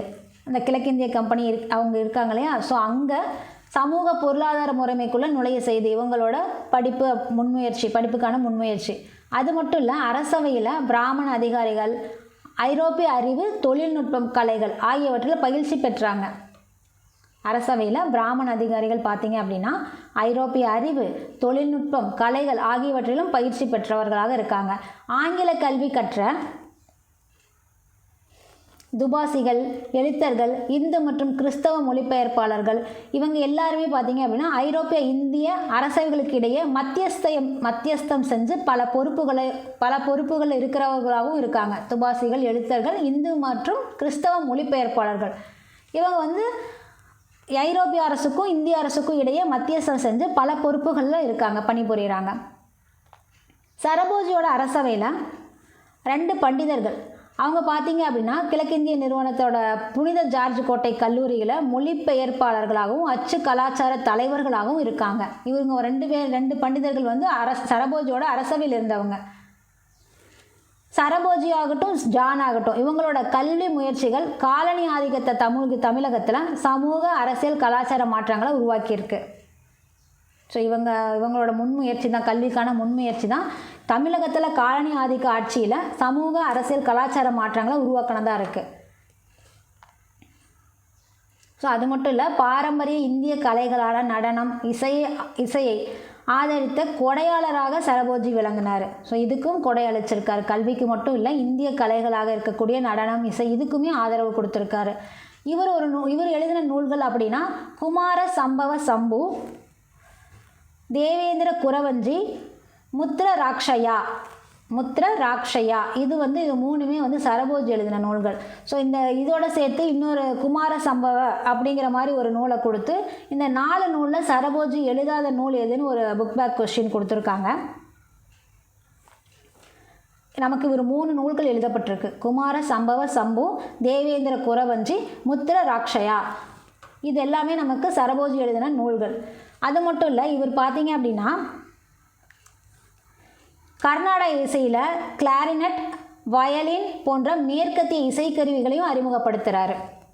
தஞ்சாவூர் ஓவியத்தை பிரபலப்படுத்துகிற பணியையும் மேற்கொள்கிறாரு. அது மட்டும் இல்லை, ஓவியம், தோட்டமிடுதல், நாணய சேகரிப்பு, தற்காப்பு கலைகள், ரத போட்டி, வேட்டை, எருது சண்டை இதையும் பிரபலப்படுத்துறதுல சரபோஜி ஆர்வம் காட்டினார். தஞ்சாவூர் ஓவியத்தை மட்டும் இல்லை, இவைகளையும் அவர் பிரபலப்படுத்தணும்னு அதுலேயும் அவருக்கு ஆர்வம் இருந்தது. அது போக இவர் தான் பார்த்தீங்க அப்படின்னா தமிழ்நாட்டில் முதலாவது உயிரியல் பூங்காவை தஞ்சாவூர் அரண்மனைகளை அமைச்சவர் சரபோஜி தான். பார்த்தீங்க அப்படின்னா 1832 அப்படிங்கும்போது மார்ச் 7 அன்னைக்கு சுமார் 40 ஆண்டு கால ஆட்சிக்கு பிறகு அவர் மரணம் அடைஞ்சிட்டார் சரபோஜி அவர்கள். அவரது மறைவுக்கு அரசு சார்ந்த அனைத்து பகுதிகளில் இருந்தும் துக்கம் அனுசரிக்கப்பட்டிருக்கு. சரபோஜியோட இறுதி ஊர்வலத்தில் சமய பரப்பாளர் ஒருத்தர் சொல்லியிருக்காரு, பிஷப் ஹூபர் புகழாரம் சூட்டியிருக்காரு சமய பரப்பாளர். ஸோ இவர் என்ன சொல்லியிருக்காரு அப்படின்னா,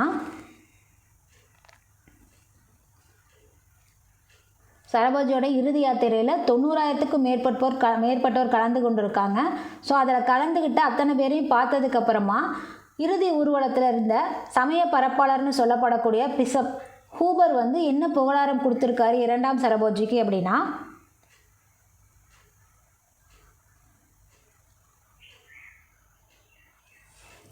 முடிசூடிய பல தலைவர்களை நான் பார்த்திருக்கிறேன், ஆனால் இவர் தவிர எவரிடமும் அது இளவரச தன்மையோடு அலங்கரித்ததில்லை அப்படின்னு சொல்லி பிஷப் ஹூபர் புகழாரம் சொல்லியிருக்காரு. ஸோ நம்ம மேலே சரஸ்வதி மகால் பார்த்தோம் பாக்ஸில். ஸோ இதில் என்ன சொல்லியிருக்காங்க அப்படின்னா, சரஸ்வதி மகால் நூலகம் பார்த்தீங்க அப்படின்னா நாயக்க மன்னர்களால் கட்டப்பட்டு 2ஆம் சரபோஜி மன்னரால் செறிவூட்டப்பட்டது. மராத்திய அரசவையோட அன்றாட அலுவல்கள் அப்படிங்கிறது மோடி எழுத்து வடிவத்தில் ஆவணங்களாக இருக்கிறதாகவும், 18வது நூற்றாண்டில் பிரெஞ்சு அண்ட் மராத்தியர் இடையேயான கடித போக்குவரத்து அப்படிங்கிறதும் மோடி எழுத்து வடிவத்தில் ஆவணங்களாக இருக்கிறதாகவும், மராத்திய மொழி ஆவணங்கள் எல்லாமே பெரும்பாலும் பார்த்தீங்க அப்படின்னா மோடி எழுத்தில் எழுதப்பட்டதாகவும் சொல்லப்பட்டிருக்கு இந்த நூலகத்தில் இருக்கிறது.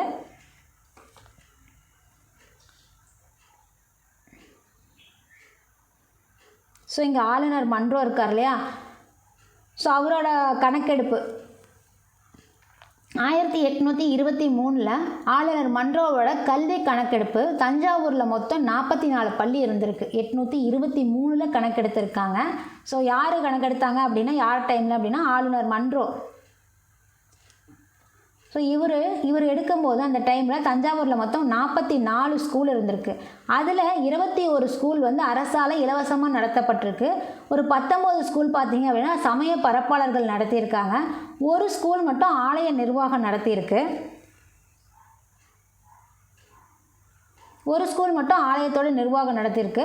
அடுத்ததாக பார்த்திங்க அப்படின்னா ஆசிரியர்கள் இருக்காங்களே, அவங்களே 3 இலவச பள்ளிகளை நடத்தியிருக்காங்க. அதுபோக தஞ்சாவூரோட முக்கிய புனித தலங்களில் ஒரு 13 சத்திரங்களில் பார்த்தீங்க அப்படின்னா யாத்ரீகர்களுக்கும் ஏழைகளுக்கும் உணவு உறைவிட வசதிகள் எல்லாம் செய்து கொடுக்கப்பட்டிருக்கு. ஸோ இது அவங்களோட கணக்கெடுப்பில் தாமஸ் மன்றோவோட கணக்கெடுப்பில் சொல்லப்பட்டிருக்கு. ஸோ நம்ம இந்த மராத்தியர் பாடத்தோட நிறைவுக்கு வந்துட்டோம். பார்ட் 1 பார்ட் 2 ரெண்டுலேயுமே நம்ம மராத்தியர் பற்றி தெரிஞ்சுருப்போம். ஸோ வீடியோ பிடிச்சிருந்தா லைக் பண்ணுங்கள், ஷேர் பண்ணுங்கள், கமெண்ட் பண்ணுங்கள். மறக்காமல் நம்ம சேனலை சப்ஸ்கிரைப் பண்ணுங்கள். நெக்ஸ்ட் வீடியோவில் சந்திக்கிறேன். நன்றி.